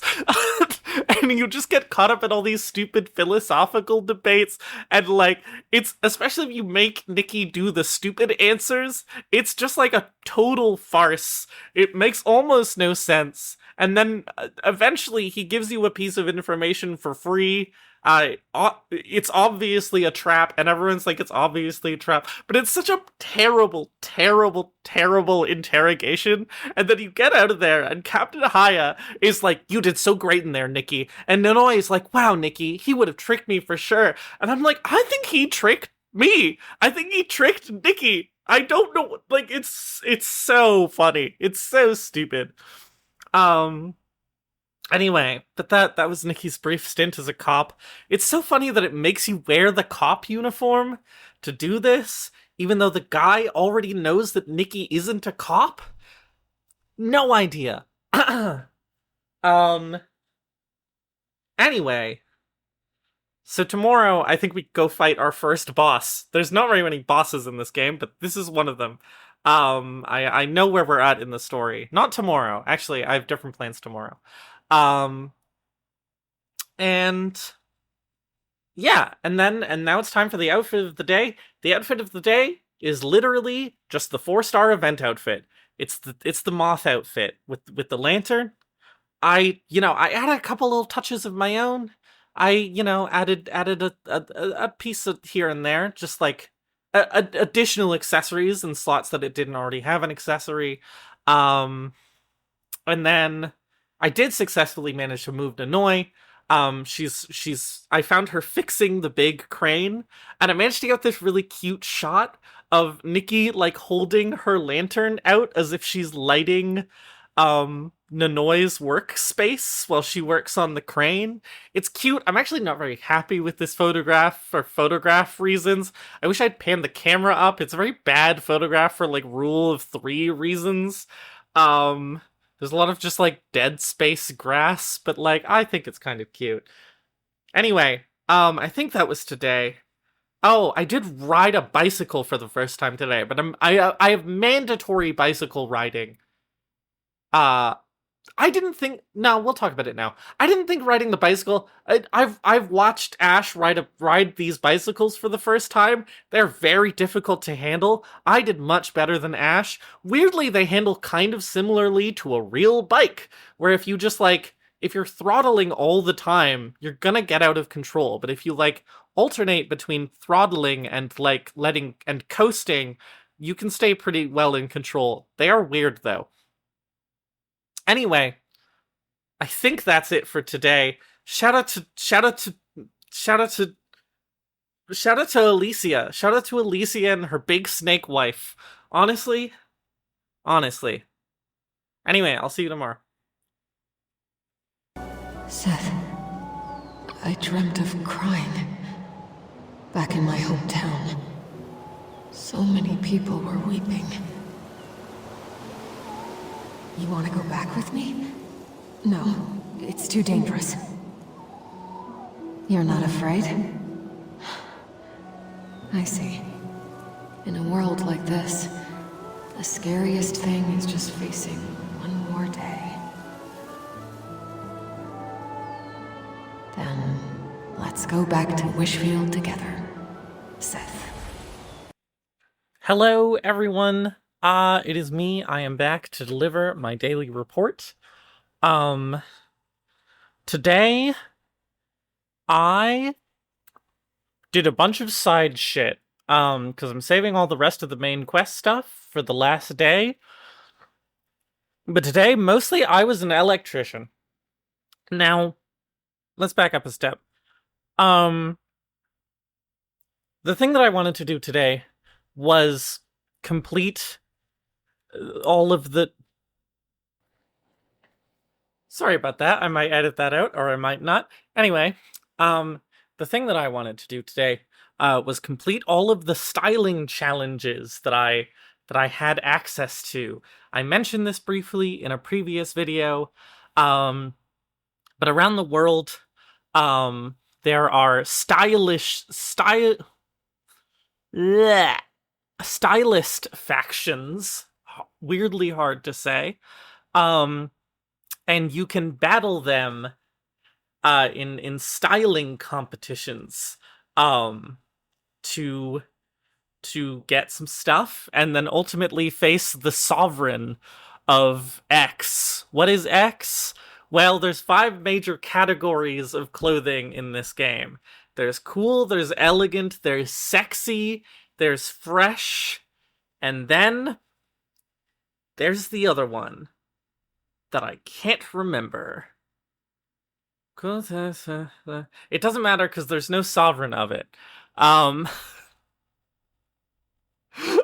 Anyway, and the first sovereign that you have to challenge is the sovereign of cool. So that was my main goal of today. Here's how styling challenges work briefly. You find the stylist who's part of a faction, and you sort of take them down faction by faction, and then you talk to them, and then Nikki's like, I challenge you to a styling contest, and they're like, okay, the theme is blank. And then you enter sort of the outfit screen, and it reveals to you what the actual theme is, which is one of the major categories, and I'm like, what is the other? Sexy, fresh, elegant, cool. What is the 5th one? Cute? Cute is the last one. There's no sovereign of cute, which is a shame. At least not yet. Anyway, you go, you challenge them, they give you a theme, but actually it's like, one of the 5 categories, or sometimes 2, and then sometimes a sub tag, and then all of the clothing that you own has like a primary category it's good in, a secondary category it's good in, and then some of them have tags. Tags are like uniform, or like simple, or like ballroom, or like adventure, or like summer. They're kind of arbitrary sometimes, but they often make sense.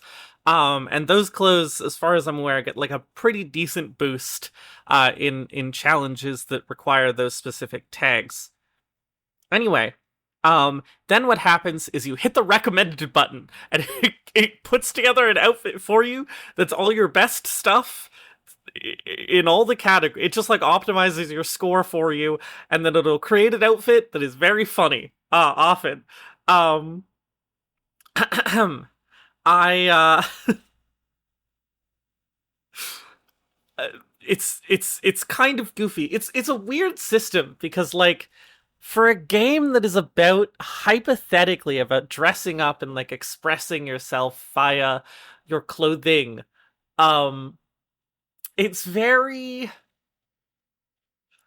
it's very, the actual part of the game that interacts with the clothing and is the clothing challenge, which is this part, is just sort of like a numbers game. Just upgrade your best numbers clothing, um and then auto equip that. um and so all of the motivation to like try and match the theme like has to come extrinsically. You have to want to do that. All of the motivation to create an outfit that you think looks good in the first place under any circumstances has to come extrinsically. And I think most people playing the game will like go and make an outfit that looks nice once in a while, change their clothes, because you literally might as well, you have so many of them. But it's funny how little that is like in the game. Like, make, not that, I mean, obviously it's difficult for, hypothetically, for the game to judge your clothing. However, meh. Um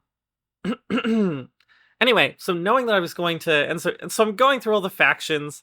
There's like, in the first set, there's like, there's back to basics who are like have work outfits that are stylish, and then there's, or beyond the basics, I think, and then there's the ebony scissors who worship the sovereign of cool. So I'm going through all of these. I'm also upgrading my Eureka, which is this sort of like floating garbage you can have floating around you, that also contributes to your stats. I discovered for some reason I had a lot of Eureka upgrade materials, so my Eureka got very good. Like, for example, my cool Eureka is these cool, like, red planets that circle around Nikki's head and wrist and ankles. It's kind of weird. I think in the last outfit of the day, I had, like, a moon Eureka on. Anyway. But my Eureka was very good and often carried me because I had incredible Eureka. You just get very good. You can get better Eureka early than you can get clothes. Anyway, but I knew that I needed cool because I'm facing the Sovereign of Cool, and a lot of the challenges leading up to her are cool. And so I invest heavily into cool, and you get, by default, a pretty decent cool outfit. And what outfit is that? It's the Electrician outfit, baby! And I put so many levels into the Electrician outfit and into my cool Eureka that I could just destroy any cool challenge. I would walk up to a guy and I would, like, flick through their dialogue, and if it then popped up that, like, this is a cool challenge, I was like, motherfucker, you have no idea what you've gotten yourself into. I am the coolest. Why? Because I am an electrician. I did a styling challenge. I think this was actually part of a quest, and not one of the sort of like faction styling challenges where I had to. So there's a war going on, at the border of Wishfield. We're not involved, but like we're keeping an eye on it and we're accepting refugees. And I go to a refugee camp, and there's this girl who wants to be inspired to become a stylist, and she's like, "Nikki, I just want you to inspire me." And then the challenge starts, and I see that it's cool, and I'm like, girl, let me tell you, there's nothing more inspiring for a young refugee looking for a new home than being an electrician. um, and so this was my experience. Anyway, you beat all the factions in like the first area, the Wishfield area. And then it's time to face the Sovereign of Cool, who's like kind of a bad girl, and she's really messing things up around the place. um this is what everyone says about her, and so you have to go fight her cronies first, who are sitting in the Bibcoon Chuckle Club, that's like halfway between a comedy club and like a dive bar. It's very funny in concept. It's like a saloon comedy club. And you have to fight her goons, who are like Italian gangsters. And some of the ones who did not require a cool challenge were difficult. But the one who was like, now you need to be unsolvably cool or whatever, unapproachably cool, whatever the prompt was, I was like, bitch, I'm an electrician. Anyway.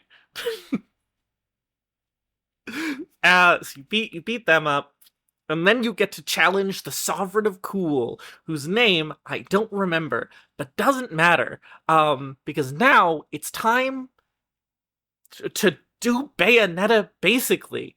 The Sovereign challenges are awesome. They're these, like, elaborate cutscenes that take place in, like, fancy... This one takes place on top of the Stylist Guild, and I mean on top of, because, the Sovereign of Cool opens the fight, the challenge, by walking out of the top doors, dragging a massive pair of scissors behind her, like screeching along the cobbles. And then of course I immediately put on my electrician outfit. And then her and Nikki do this, like, elaborate Vogue dance, like, all across the building. They're voguing, scissors are flying. One point she flings her scissors at Nick. They get really close at points, then they jump apart. One point she throws her scissors at Nikki's, and Nikki does a backflip over them. And then it ends with, like, the Sovereign of Nikki, like, brandishing her hand, and the Sovereign of Cool brandishing her scissors, and then, like, jumping past each other like they're gonna cut each other in half in an anime. Like in the you are already dead bit. And I got perfect on my first try. Because I was an electrician. But the Sovereign of Cool is genuinely really... She's got this, like, leather dress on, and these, like, big spiky boots and shit. The Sovereign of Cool cutscene, definitely worth watching.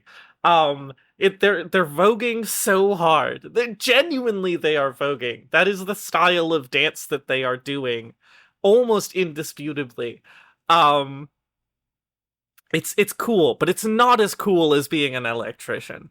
So I beat her, I get her Sovereign medal, which are important for reasons that I don't care about. Well, they're important for, like, broader progress reasons, but I'm not worried about that because I only have one more day of playing this game. I beat the Sovereign of Cool, and it's only been like an hour and a half, and I'm like, man, I could probably also do the Sovereign of Elegance. That would be good. And so I fight a bunch of more guys. The thing about the Sovereign of Elegance is that she's the Banshee, and she'll, like, take over your body like you're a puppet with her ribbon puppet strings, which is sick as fuck. At one point you talk to this guy, and he gives you, who's like the leader of the worshippers of the Banshee, and you get a fully animated 2D cutscene about how like she'll like entwine your soul and drag you down into the depths. It's kind of sick. I was really bad at this. I just did not have like an electrician is not elegant, and I didn't really have the elegant trip. So I did a bunch of stuff to like get more leveling resources, because the whole thing is that you level your clothes so that they're better at doing challenges. I guess this is hypothetically a way in which you could skew the challenges toward clothes you like, is only leveling clothes you like, but that's also suboptimal. I just leveled sort of like the default purification outfit, which is elegant. Also the categories are sort of arbitrary. Like what's like fresh is always kind of nature themed things, which feels weirdly specific. Cool and elegant, like what's the difference between elegant and cute? Sometimes it's obvious, sometimes it's not really. What's the difference between elegant and sexy? Some dresses are sexy and some are elegant. What's the difference? I don't know. Sometimes it's clear. Sometimes it's like these heels are elegant and these heels are sexy, and they look basically the same. It's fine. It's just kind of funny. Anyway, I do a bunch of side quests also to like pull on the current elegant banner, but it's only for a 4-star elegant. There's not really good elegant outfits in the gacha, I think is part of my problem. So I can't really get good 5-star elegant pieces. Such is life sometimes. Eventually though, through a lot of leveling and doing just like a bunch of random side quests just to get like pull materials, I like do a bunch of mini games. I like do a bunch of random side quests about like, oh, people are defrauding students at the art academy or whatever. It's a video game. It has side quests. Some of them are kind of charming. Most of them, I don't really care. But it was kind of fun just to, some of them led me to new parts of the world, and I got to see new things and do little collecty things, and it was reasonably fun. Anyway, eventually I managed to get elegant enough to make it to the Sovereign of Elegance. And this cutscene, the Sovereign of Elegance cutscene, the Banshee cutscene, kicks ass. It kicks so much ass. It's like, I recommend watching it so badly. Because, like, immediately, one, she knocks Momo out immediately, which is very funny. Fuck Momo. That's not me, that's the Banshee. The Banshee's saying that. Two, she, like, it's this dance where, like, she immediately kind of, like, grabs Nikki with invisible strings and starts like moving her body like a puppet and starts like commanding her to do different dance moves. But as the dance goes on, it sort of feels like Nikki starts to get some of her agency back, but also starts participating willingly. Maybe it's really ambiguous. It's very erotic. Like, it's not sexual, but it's very like, I am being commanded by this, like, big woman to move my body, and, like, dance real close to her. And it's very erotic. It's super fun. It's just great. I only got an average of that on that. I perfected the Sovereign of Cool first try, because I'm such a good electrician, but I only got an average on the Banshee. So, fuck me, I guess. Man, is there anything else? It's really, I enjoy the styling challenges. They are kind of nothing. Again, they don't really push you to make creative outfits, kind of at all. In fact, they do the opposite. They're like, just level up the right things and then stat into things the right way. And I'm like, okay, such as game design, I suppose. Obviously, it's very difficult for the game to understand if you've made a good outfit, so they have to do something. It just like feels, it's just the one part of the game that's really about the clothes, and it feels very antithetical to sort of the idea of like making good creative outfits. Nonetheless, I weirdly enjoy it. It's just kind of satisfying and sort of like a vaguely kind of Pokemon-y way to just like collect cool clothes that are good and level them up and use my leveling materials strategically on specific pieces that are good. You get the little cutscene where like she does little poses in her stupid outfit that has been auto-selected of your best stuff, which is always kind of funny. Um, I enjoyed it. I unlocked the kind of like, you know, the Mira crown or whatever. The thing that is just do a lot of styling competitions that are very hard. I don't know if I care about it or will do any of it. I mean, I only have one day. But maybe I'll do a little just to dip my toes. I didn't before the end of today though. I spent a lot of time just like romping around the world and side questing. Is there anything interesting? Um there was this girl who really wanted to meet a bull, but she was very shy about the bull, so we had to show her that the bull was really gentle. Um, there was the thing with the refugee camp. I don't know.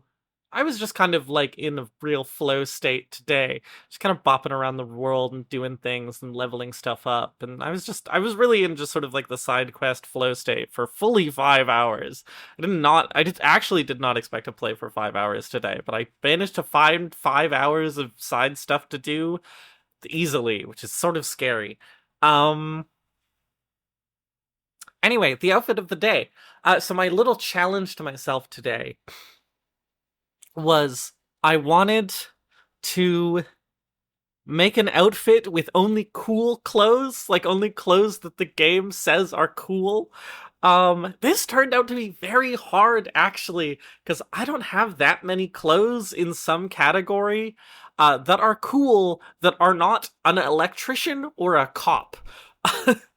And so what I eventually, again, there's going to be a Tumblr post where you can go look at all of these. What I eventually landed on was just this sort of very simple kind of like nice colored shirt and jeans, sort of semi-professional look. That my bit for this is that this is an off-duty electrician. Like she still has her electrician boots on because she just kind of took off her workwear and this is what she was wearing, and she didn't go home. She just went straight to the Bibcoon Chuckle Club to hang out and be cool. But she's still got her electrician boots and her electrician badge so that everyone knows that she's part of the electrician union. Um, and she's just hanging out. Not a picture with the Noi. It's good in relationships to take some space sometimes. And I couldn't move Nanoi to a new location without completing the whole rest of the main quest that I want to do tomorrow. So I was like, let's just take some space. I'm just gonna go hang out at the Bibcoon Chuckle Club, be an off-duty electrician, and just have a good time by myself. Um, and yeah, and tomorrow is the final day. I have so much to say about Infinity Nikki at the end. This episode is gonna be so fucking long. I'm so looking forward to the end of this like first major quest line and the end of all the Nanoi shit. And the big paper crane dungeon. Anyway, so I'll see you tomorrow for that. Knowing and not knowing, just two sides of the same coin. After all, does it matter which side is heads, if you're the one flipping the coin? Does that make you the coin flipper? Not at all. I'm just an ant, held in stasis between two sides. The prophet saw me and took pity on my plight. Who's the prophet? He's the one who flips the coin. Hello, everybody. Today is the last day, and today, Infinity Nikki made me cry. So we'll get there. I want to move through it so I can move to numbers and analysis and all of that stuff. So the first thing that I did was, I went to. I continued the quest. I went to find the ledger of the Wish envoy after our like total bullshit interrogation about coin flipping. I went to go find the ledger in a cave. Surprise, surprise, it was a trap. I was attacked by one of the, 3 bosses in the game. Boldy. Boldy, he's a big rock guy. He throws rocks at you, and after he does an attack, a big sort of, crystal gem opening appears in his chest, and you shoot it with a wind orb. A purification orb. Not a particularly difficult fight. More fun than I was expecting. There are more advanced Boldies. We'll get there, but basic Boldy, I had a reasonably enjoyable time fighting. Definitely a boss fight for people who have never fought a platformer boss before. But that's just the first boss in every kind of all ages platformer. I felt okay about Boldy. Then we find the ledger. It has a bunch of boring stuff, like sales history and stuff like that. Hang on, I have to take this plate off my notes. Yes. But it also has a section entitled Quick Wishing for Dummies. And in that section, it says that the way to wake people up from their coma is to fulfill their wish. And so, yeah. And so the quest. Oh, right. But before we get out and continue the quest, there's someone trapped in a box in the cave, presumably trapped there by Boldy. We open up the box, and who is it but a ghost? A teddy bear ghost. Except it's not a ghost, it's a PC, who are pieces of old clothing and things, infused with, wish energy. But also, they kind of are ghosts, I think, we learn later. I don't know. The PCs freak me out. They have terrible voices. They kind of look awful. They have these awful kind of, rope arms and weird dangly rope button legs. Their PCs freak me out. I understand that, the way that people in the world are racist to the PCs is bad. But I don't like the PCs. I think their design is kind of off-putting, and I can't tell how I think they're going for a cute patchwork thing, and it's not working. Anyway, this PC is named, by the way, Fluffy White Dodo Bear. She's like, my name is Fluffy White Dodo Bear, but you can just call me Miss Dodo Bear. And that's that. The PCs will be relevant to the story after this series, so don't worry about them, but they're in the game, and I don't like them. Anyway, then we go to Nanoi's secret hideout. There's Nanoi, there's Gerota. We tell Nanoi how to wake up her mother. It's to fulfill her wish. And then we have a really touching conversation that's Nikki and Gerota is also there, are like, Nanoi, what if your mother's wish is for you to stop looking for your birth family? What will you do? And Nanoi is like, well, and Nikki's genuinely really worried for her. It's very sweet. And Nanoi is like, well, I'm committed to my role as an intern at the dream warehouse where all the wishes are kept, and I'm committed to my mom. So it's gonna be okay. And everyone's very hesitant about this, but Nanoi is very, very insistent, very bold. I really like Nanoi. I think her VA is really good. A little bit rushed sometimes, but I think that's probably a direction issue. I think her VA, she's very sort of soft spoken, but very fierce and assertive. I really like Nanoi.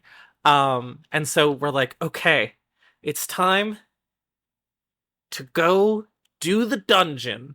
And I was like, but I have so much more time that I could, and I'm just not ready to finish the thing yet.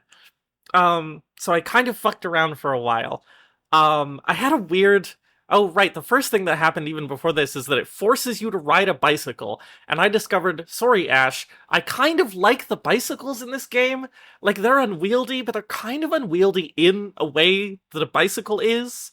Um, like, I kind of wish that they were more unwieldy. Hang on.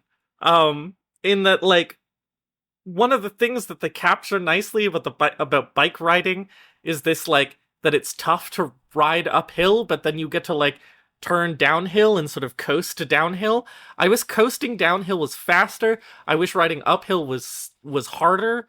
I don't want it to be, like, completely unwieldy, but I wish it was a little bit more kinesmatic. But I genuinely enjoy riding around on a bicycle. And so I had a policy today that I wouldn't teleport around the world. I would just ride around on my bicycle. Um, so the first thing I did, while I was stalling, was I went to the realm of darkness, and I fought 6 variants of Boldy that you can fight to get crafting materials.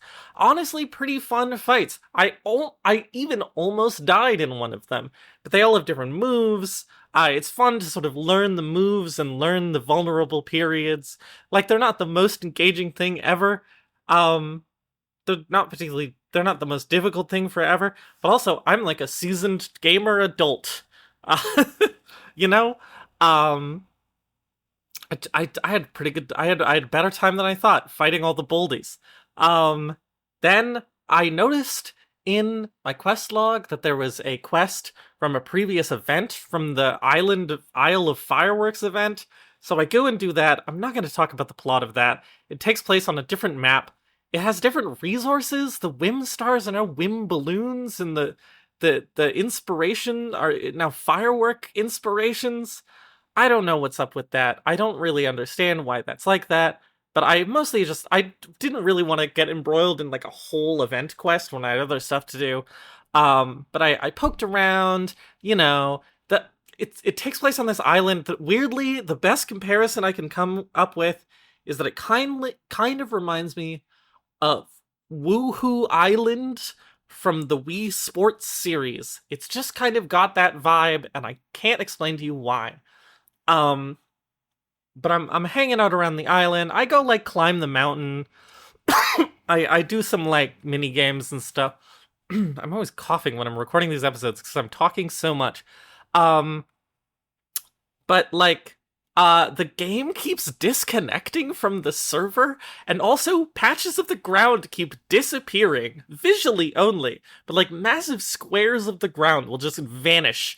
And the game keeps disconnecting from the server, and I'm like, is this a server problem? I give it, like, half an hour, and then I rejoin, and it keeps happening, and I'm like, oh, I guess just the Isle of Fireworks is cursed. It's cursed. The graphics glitch out constantly, and the game constantly disconnects. So that's weird. It was fun climbing the mountain, though. Always fun to, like, climb a mountain in an open world game. Catch some bugs, get some collectibles, etc. I'm never going there again, though, because it's fucked. Anyway, then I go back to Florawish, and I'm like, yeah, I go to the boatman that takes you, David, and I'm like, David, get me the fuck out of here. It's cursed. So I go back to Florawish, and I realize that, like, I've accumulated some better elegant stuff. From buying out the shop in the town square, I got, like, a 5-star elegant dress. From doing some more gacha pulls, I got, like, some 5-star elegant accessories that were pretty good.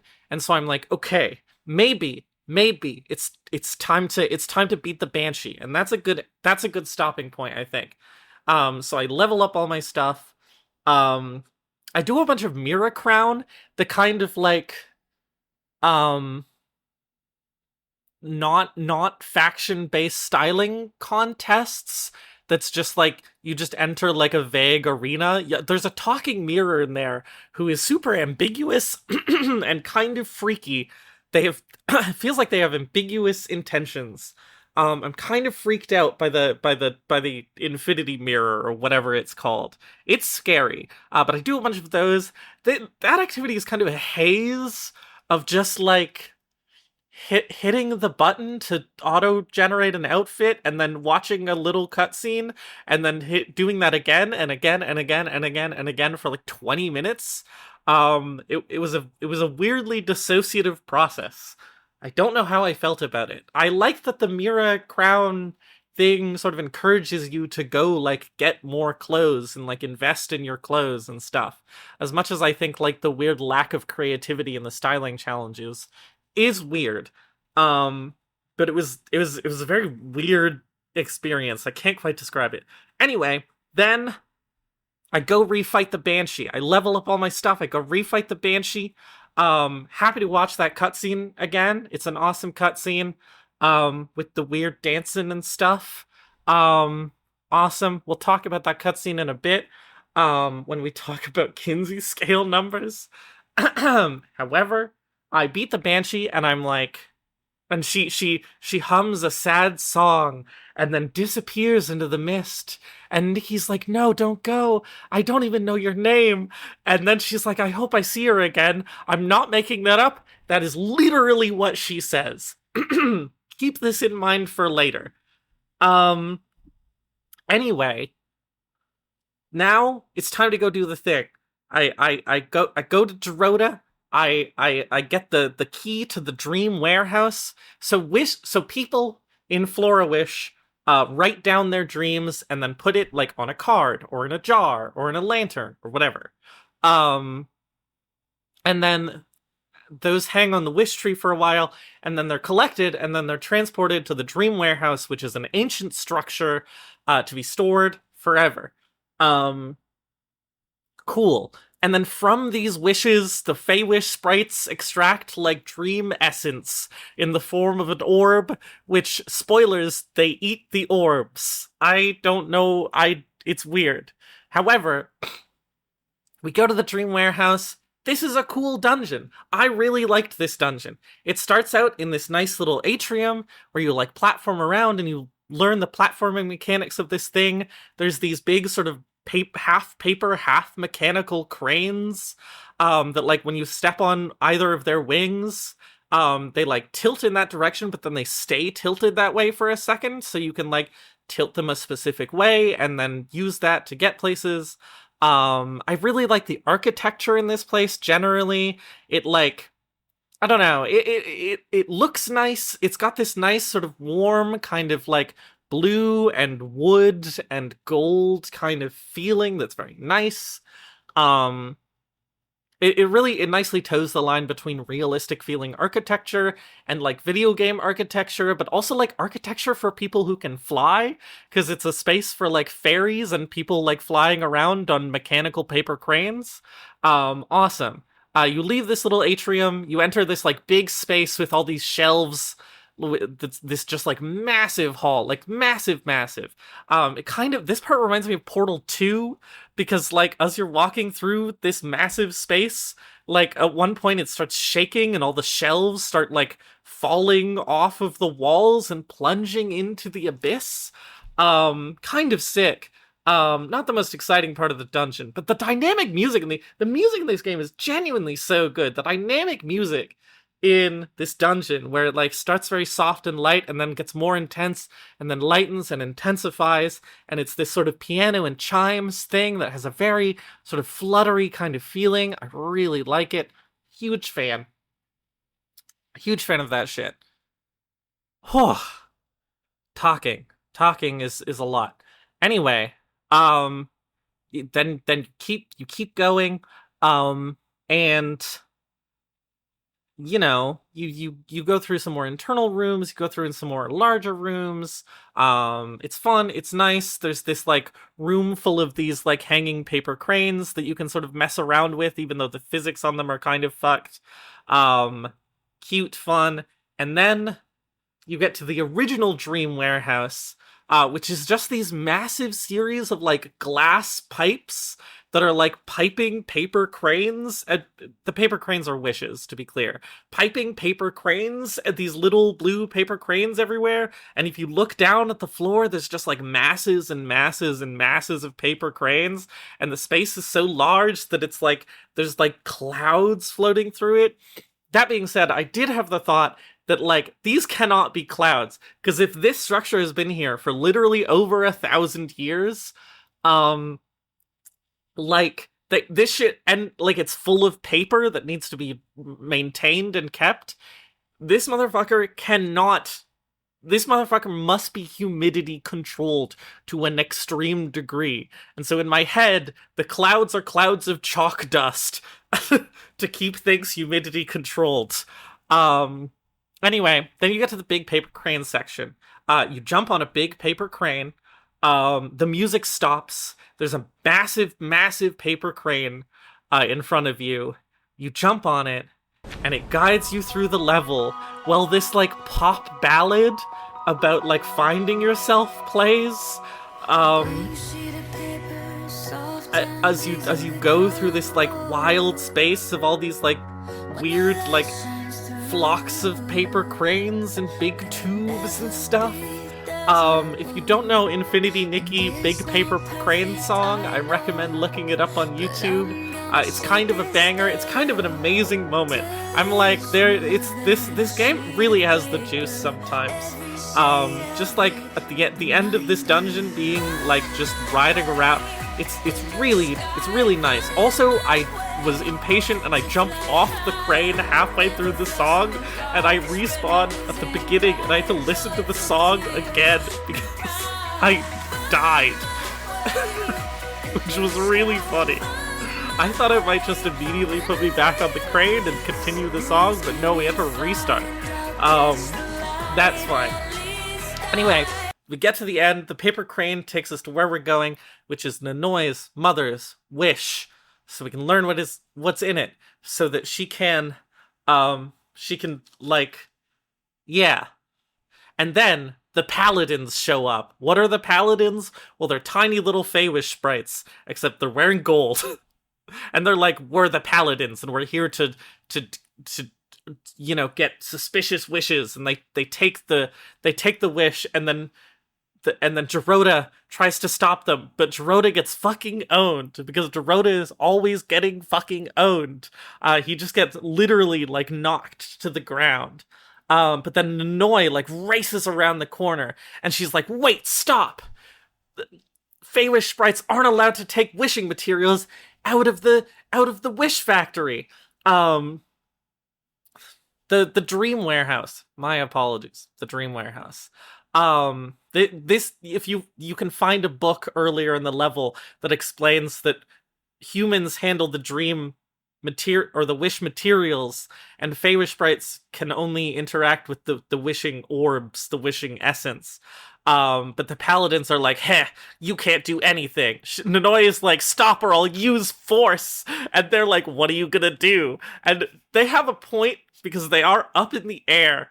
And Nanoi cannot fly because she is a young woman, human. However, she runs towards them and jumps and doesn't reach them, and they, like, mock her, but then Nikki puts on her floating outfit and floats forward and grabs Nanoi by the hand and throws her up, and Nanoi dramatically grabs her mother's wish and lands on the big paper crane, which, like, flips up to own the paladins. It's sick. It's sometimes the cinematography in this game is really compelling. Sometimes it is not. However, I enjoyed this moment. Great sort of, like, conclusion of the noise, like, I want to be bold and brave kind of thing. It kicks ass. She kicks ass. Then you go back to her house, which you can now freely enter. And you read her mother's wish. And her mother's wish is not that Nanoi stops looking into her birth family. Her mother's wish is that Nanoi grows up to be strong and beautiful and, like, resourceful and stuff. And it's a very touching moment. That's not what made me cry, but it's very touching. It's very sweet. They have a moment of, like, well, when will this wish be fulfilled? And it's like, well, we'll just have to wait and see. And then I was like, well, I know my mom might be sleeping for a while, but I'm gonna do my best. It's and Nikki's so supportive. It's very sweet, very very very sweet. The thing that made me cry is you can poke around, um, you can poke around Nanoi's house, um, and just read random little letters and stuff. You can read like what she gets for her birthday every year, stuff like that. But there was one letter, that like, that's just like Noi's mother's Igraine, Nonoi's mother's friend sending her a letter that's like, "Hi, Igraine. You haven't responded to any of my previous letters, but this time I'm sending you a book. I hope you're well. We'll be friends forever." I don't know if this is supposed to be the implication, but the implication that I got was that Nonoi's mother has not been responding to these letters, because she is in a coma. This reminded me of a thing that happened when my aunt died, a couple of years ago. Um, which is that while I was like, sorting out her stuff, I found I looked in her email to try and find something, and she had been sent an email like right after she died from a friend being like, "Hey, I hope you're doing well. Let's talk soon." And it just made me really emotional. I take it up from the computer and go cry. Really, really real moment. Yeah, it was good. Anyway, then you go to the balcony, and then Nanoi's like, Nikki's like, "Have you heard of this song?" Getting back to the main plot, and Nanoi's like, "Yeah, it's from this music box my mom found me with." And then some plot stuff happens. Nikki learns how to craft part of the Wishful Rosa outfit, and we're like, "Well, we have to go to Stoneville," and blah blah blah. None of that stuff really matters. Um, anyway, I've really enjoyed this first quest line. I found it very touched of the game. I found it very touching. I found it very very cute, very sweet. Um, yeah. Um, and then thus ended my time with Infinity Nikki, at least for the show. I did of course do one more outfit of the day for today. I just wanted to I really wanted to just have an outfit that matched Nanoi. Um and so I looked through my stuff. I found this dress that had a similar kind of like paper crane theming. And I um I messed around with the dyeing feature a little bit. I dyed the dress pink to sort of go nicely with Nanoi's red. It doesn't look perfect, but I think it looks a little bit. Or it look. I like the pink. The free dyes that you get by default are a little limiting, but I'm fond of this dye job. I had a big hat on the back. I forgot I put this little fascinator on Nikki. That's very funny. But I like how these line up. The little cranes on Nikki's dress sort of line up with the big crane on Nanoi's dress. The bow of the hat lines up with Nanoi's big bow. Um, Both me and her have like a big thing in our hair. It's cute. It's cute. It's a cute photo. I think this is one of the best like photos that I took in this entire thing. Of them just being like, "Let's go off to adventure." In their little matching dresses. It's very cute. It's very sweet.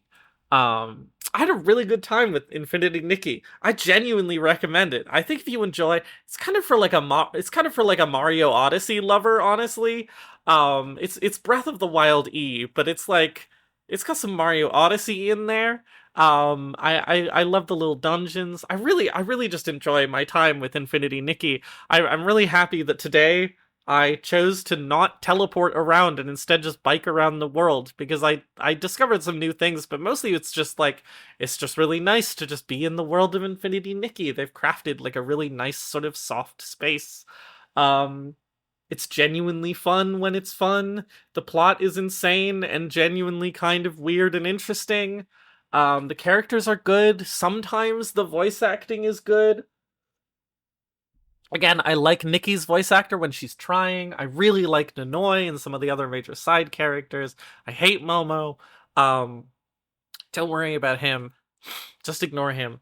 I mean, you can be a Momo lover. That's fine with me, but just count me out of it.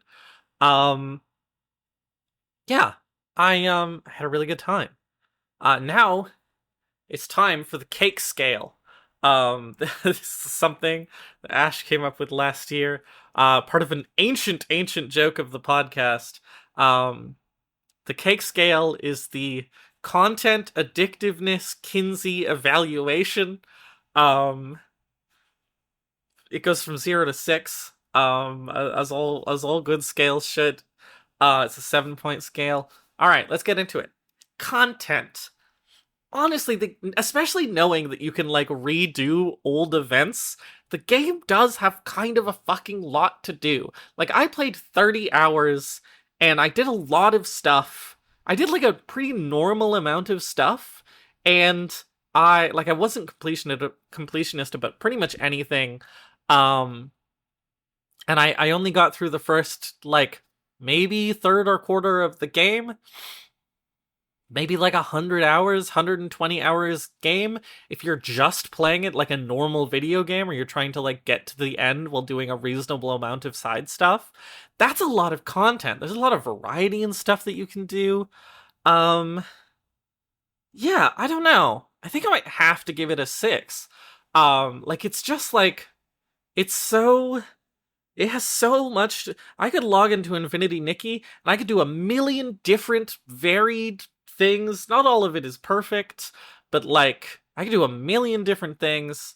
Um and if I ever get bored of doing random little side tasks, I can go do the long main story, of which there is a lot of and is genuinely engaging. And if the main story ever ends up being kind of overwhelming because the pacing is kind of bewildering, if that's all you're doing, I can go do some side stuff, and it's really nice. I think I have to give it a 6 on content.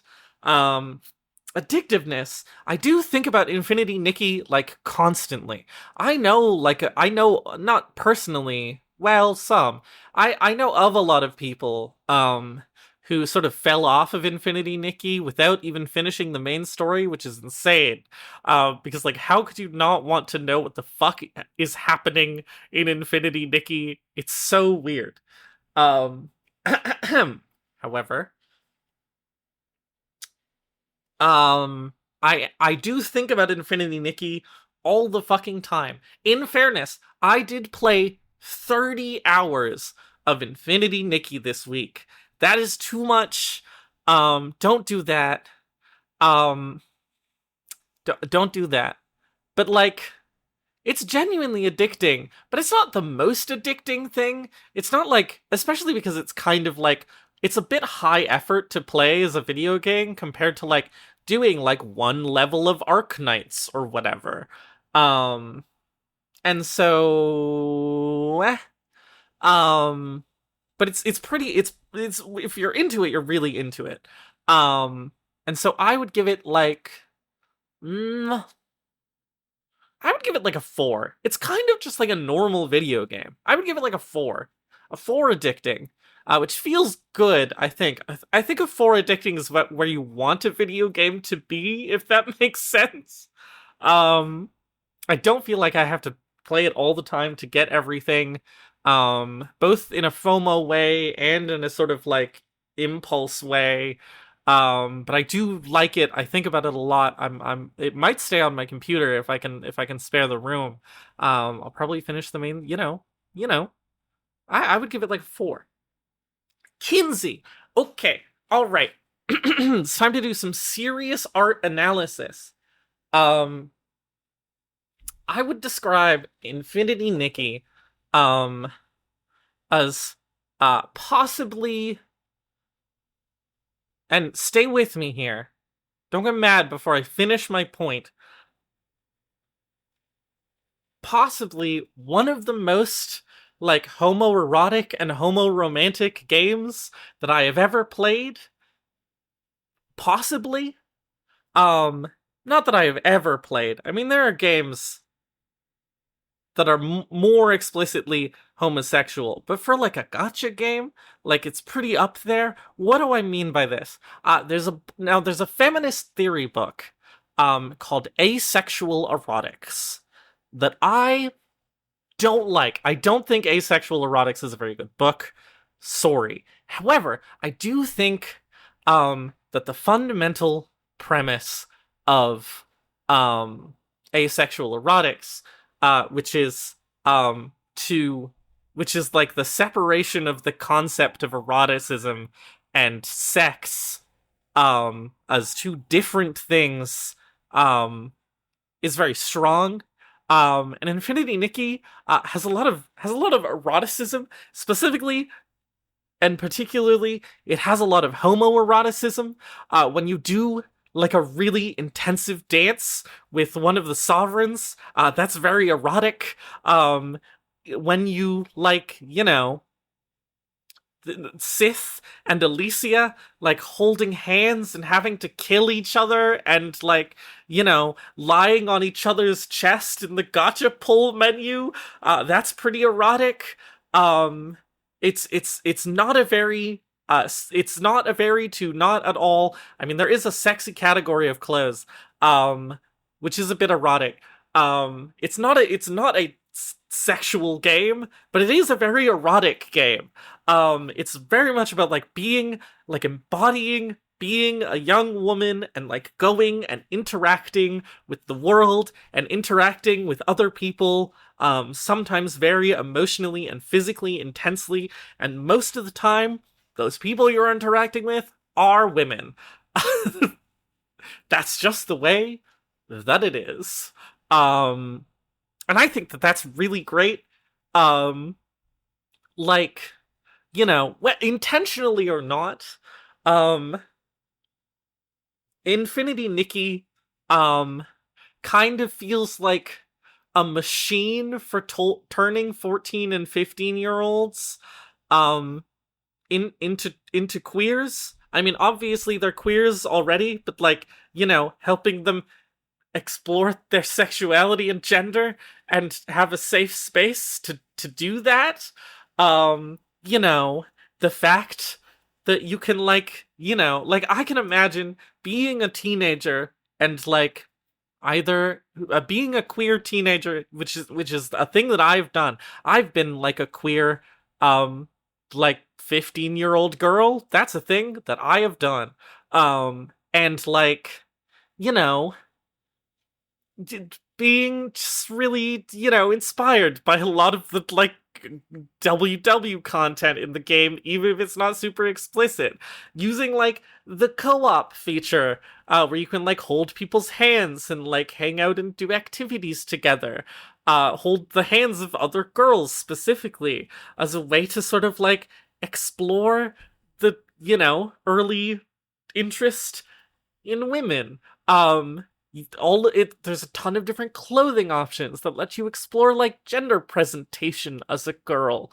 I can imagine like having a girlfriend far away or even not far away, and then you get to like you have a nice space where you get to be girls together and hold hands and hang out, and put on cute clothes together, that you might not be able to do this in public. And it's very sweet, and I think it's very good. Genuinely. It doesn't, I don't know, I don't think it doesn't set out necessarily, to be like, so homoerotic, but it ends up being that way, and I think it's kind of stronger for it. It's also, again, I think it's very homo-romantic. What do I mean by this? I think things being romantic does not necessarily correlate with like a romantic relationship. Like for example, when Nanoi is like when Nikki is like supporting Nanoi and entreating her to open up, that's kind of romantic. When Nanoi is like, I was about to fix the crane and like ram it into the cave to save you, that's kind of romantic. If my friends said this to me, that would be romantic of them, I think, in sort of like a broader perspective of romanticism.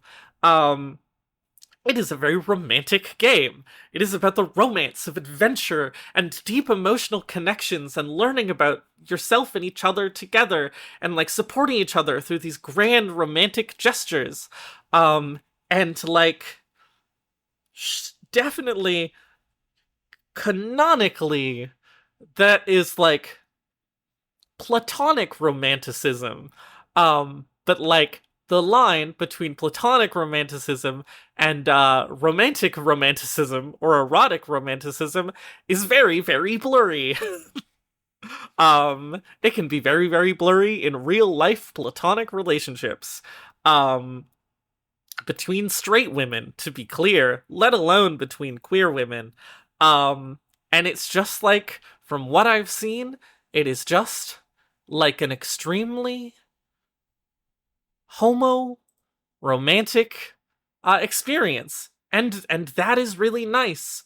I will say that the world is resplendent with like little bits of heterosexuality. You know, there's straight people in the world. All of the married couples and couples that you find in the world are all straight. However, this doesn't really necessarily detract for me from the vibes, because like the fact that sort of like heterosexuality is the norm kind of makes these sort of like deep romantic and erotic like encounters you have with other young women as Nikki feel very special. It makes things like the Sith and Elysia story, which was like, you know, lost to history and forgotten, and like that being like unearthed, feel very sort of special, in a way that like you know, it's not like, you know, there's no homophobia, but there is a certain kind of like queerness to the queerness in Infinity Nikki, which I like. However, there is despite it being kind of a machine for homosexual girls, which is the new sequel to Amnesia: A Machine for Pigs. Oh, maybe that's a bad joke. Yeah, maybe that's a bad joke. Ignore that one. Anyway, despite the fact that it's that, there is incidental heterosexuality, and so for scientific reasons, I do have to give it a 5 Kinsey. Yeah. This is my little speech I've been working on all week about the homo-romanticism and homoeroticism of Infinity Nikki. It's very sweet. It's like, again, there's a story in my life where I sort of came out after being exposed to very mild Yuri baiting in Bayonetta. It's like a 15-year-old. I like came out as a queer teenager. Not even the mild Yuri baiting in Bayonetta 2, which is much less mild. But if I had Infinity Nikki as a teenager, it would be over. Also, I would have a much better time. It's just like it's a really good sort of machine for teenage homosexuality, and like I don't know what else to say except that. I'm genuinely happy it exists. It opens with a beautiful feathered woman grabbing you by the hand and leading you through the stars. I don't know what to tell you. Anyway, what was I gonna say? Yeah, so 6, 4, 5. That's the cake scale. Thanks for listening to Gone Fishin', and thanks for joining us for Unceasing Summer Fun. I had a really good time this year. I'm glad to like. Okay, so here's my other sort of chitsy bit. I you know, it's this series, this Gone Fishing thing. I'm obviously the whole podcast means a lot to me. But the Gone Fishing means a lot to me. It's a thing that Ash made for me so that I could have something to listen to while I was recovering from surgery. Like initially, while I was still in the hospital, in like a city that wasn't my own city. And so I'm really it's really important to me. And even like Infinity Nikki, again, like I watched Ash play a ton of Infinity Nikki in sort of like the sort of fall and early winter after my surgery, when I was going through like sort of medium term recovery, which was still a lot of recovering and it was very hard. And so, doing this is kind of really meaningful to me. And I'm very very grateful for Ash. I don't know. If it go send some Ash some love on the Tumblr for me, if you wouldn't mind. But yeah, thanks for joining us for Unceasing Summer Fun. I hope you liked this format, this kind of like doing only 2 games but a little bit more in depth and like alternating who does what. We might do the same thing next year. We might do another thing. I'm more open to feedback on this than I am on any other part of the podcast. Because I'm happy with it being flexible. So let us know what you think, and thanks for joining us. And we'll be back to our regular programming, I think, with a season 3 episode in 2 weeks. So I'll see you then. Bye.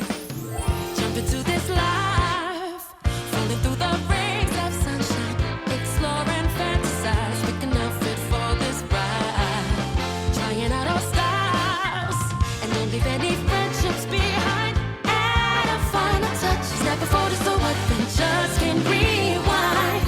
The world is full of surprise all the time. Make a wish and your dreams will come to life. Soaring high.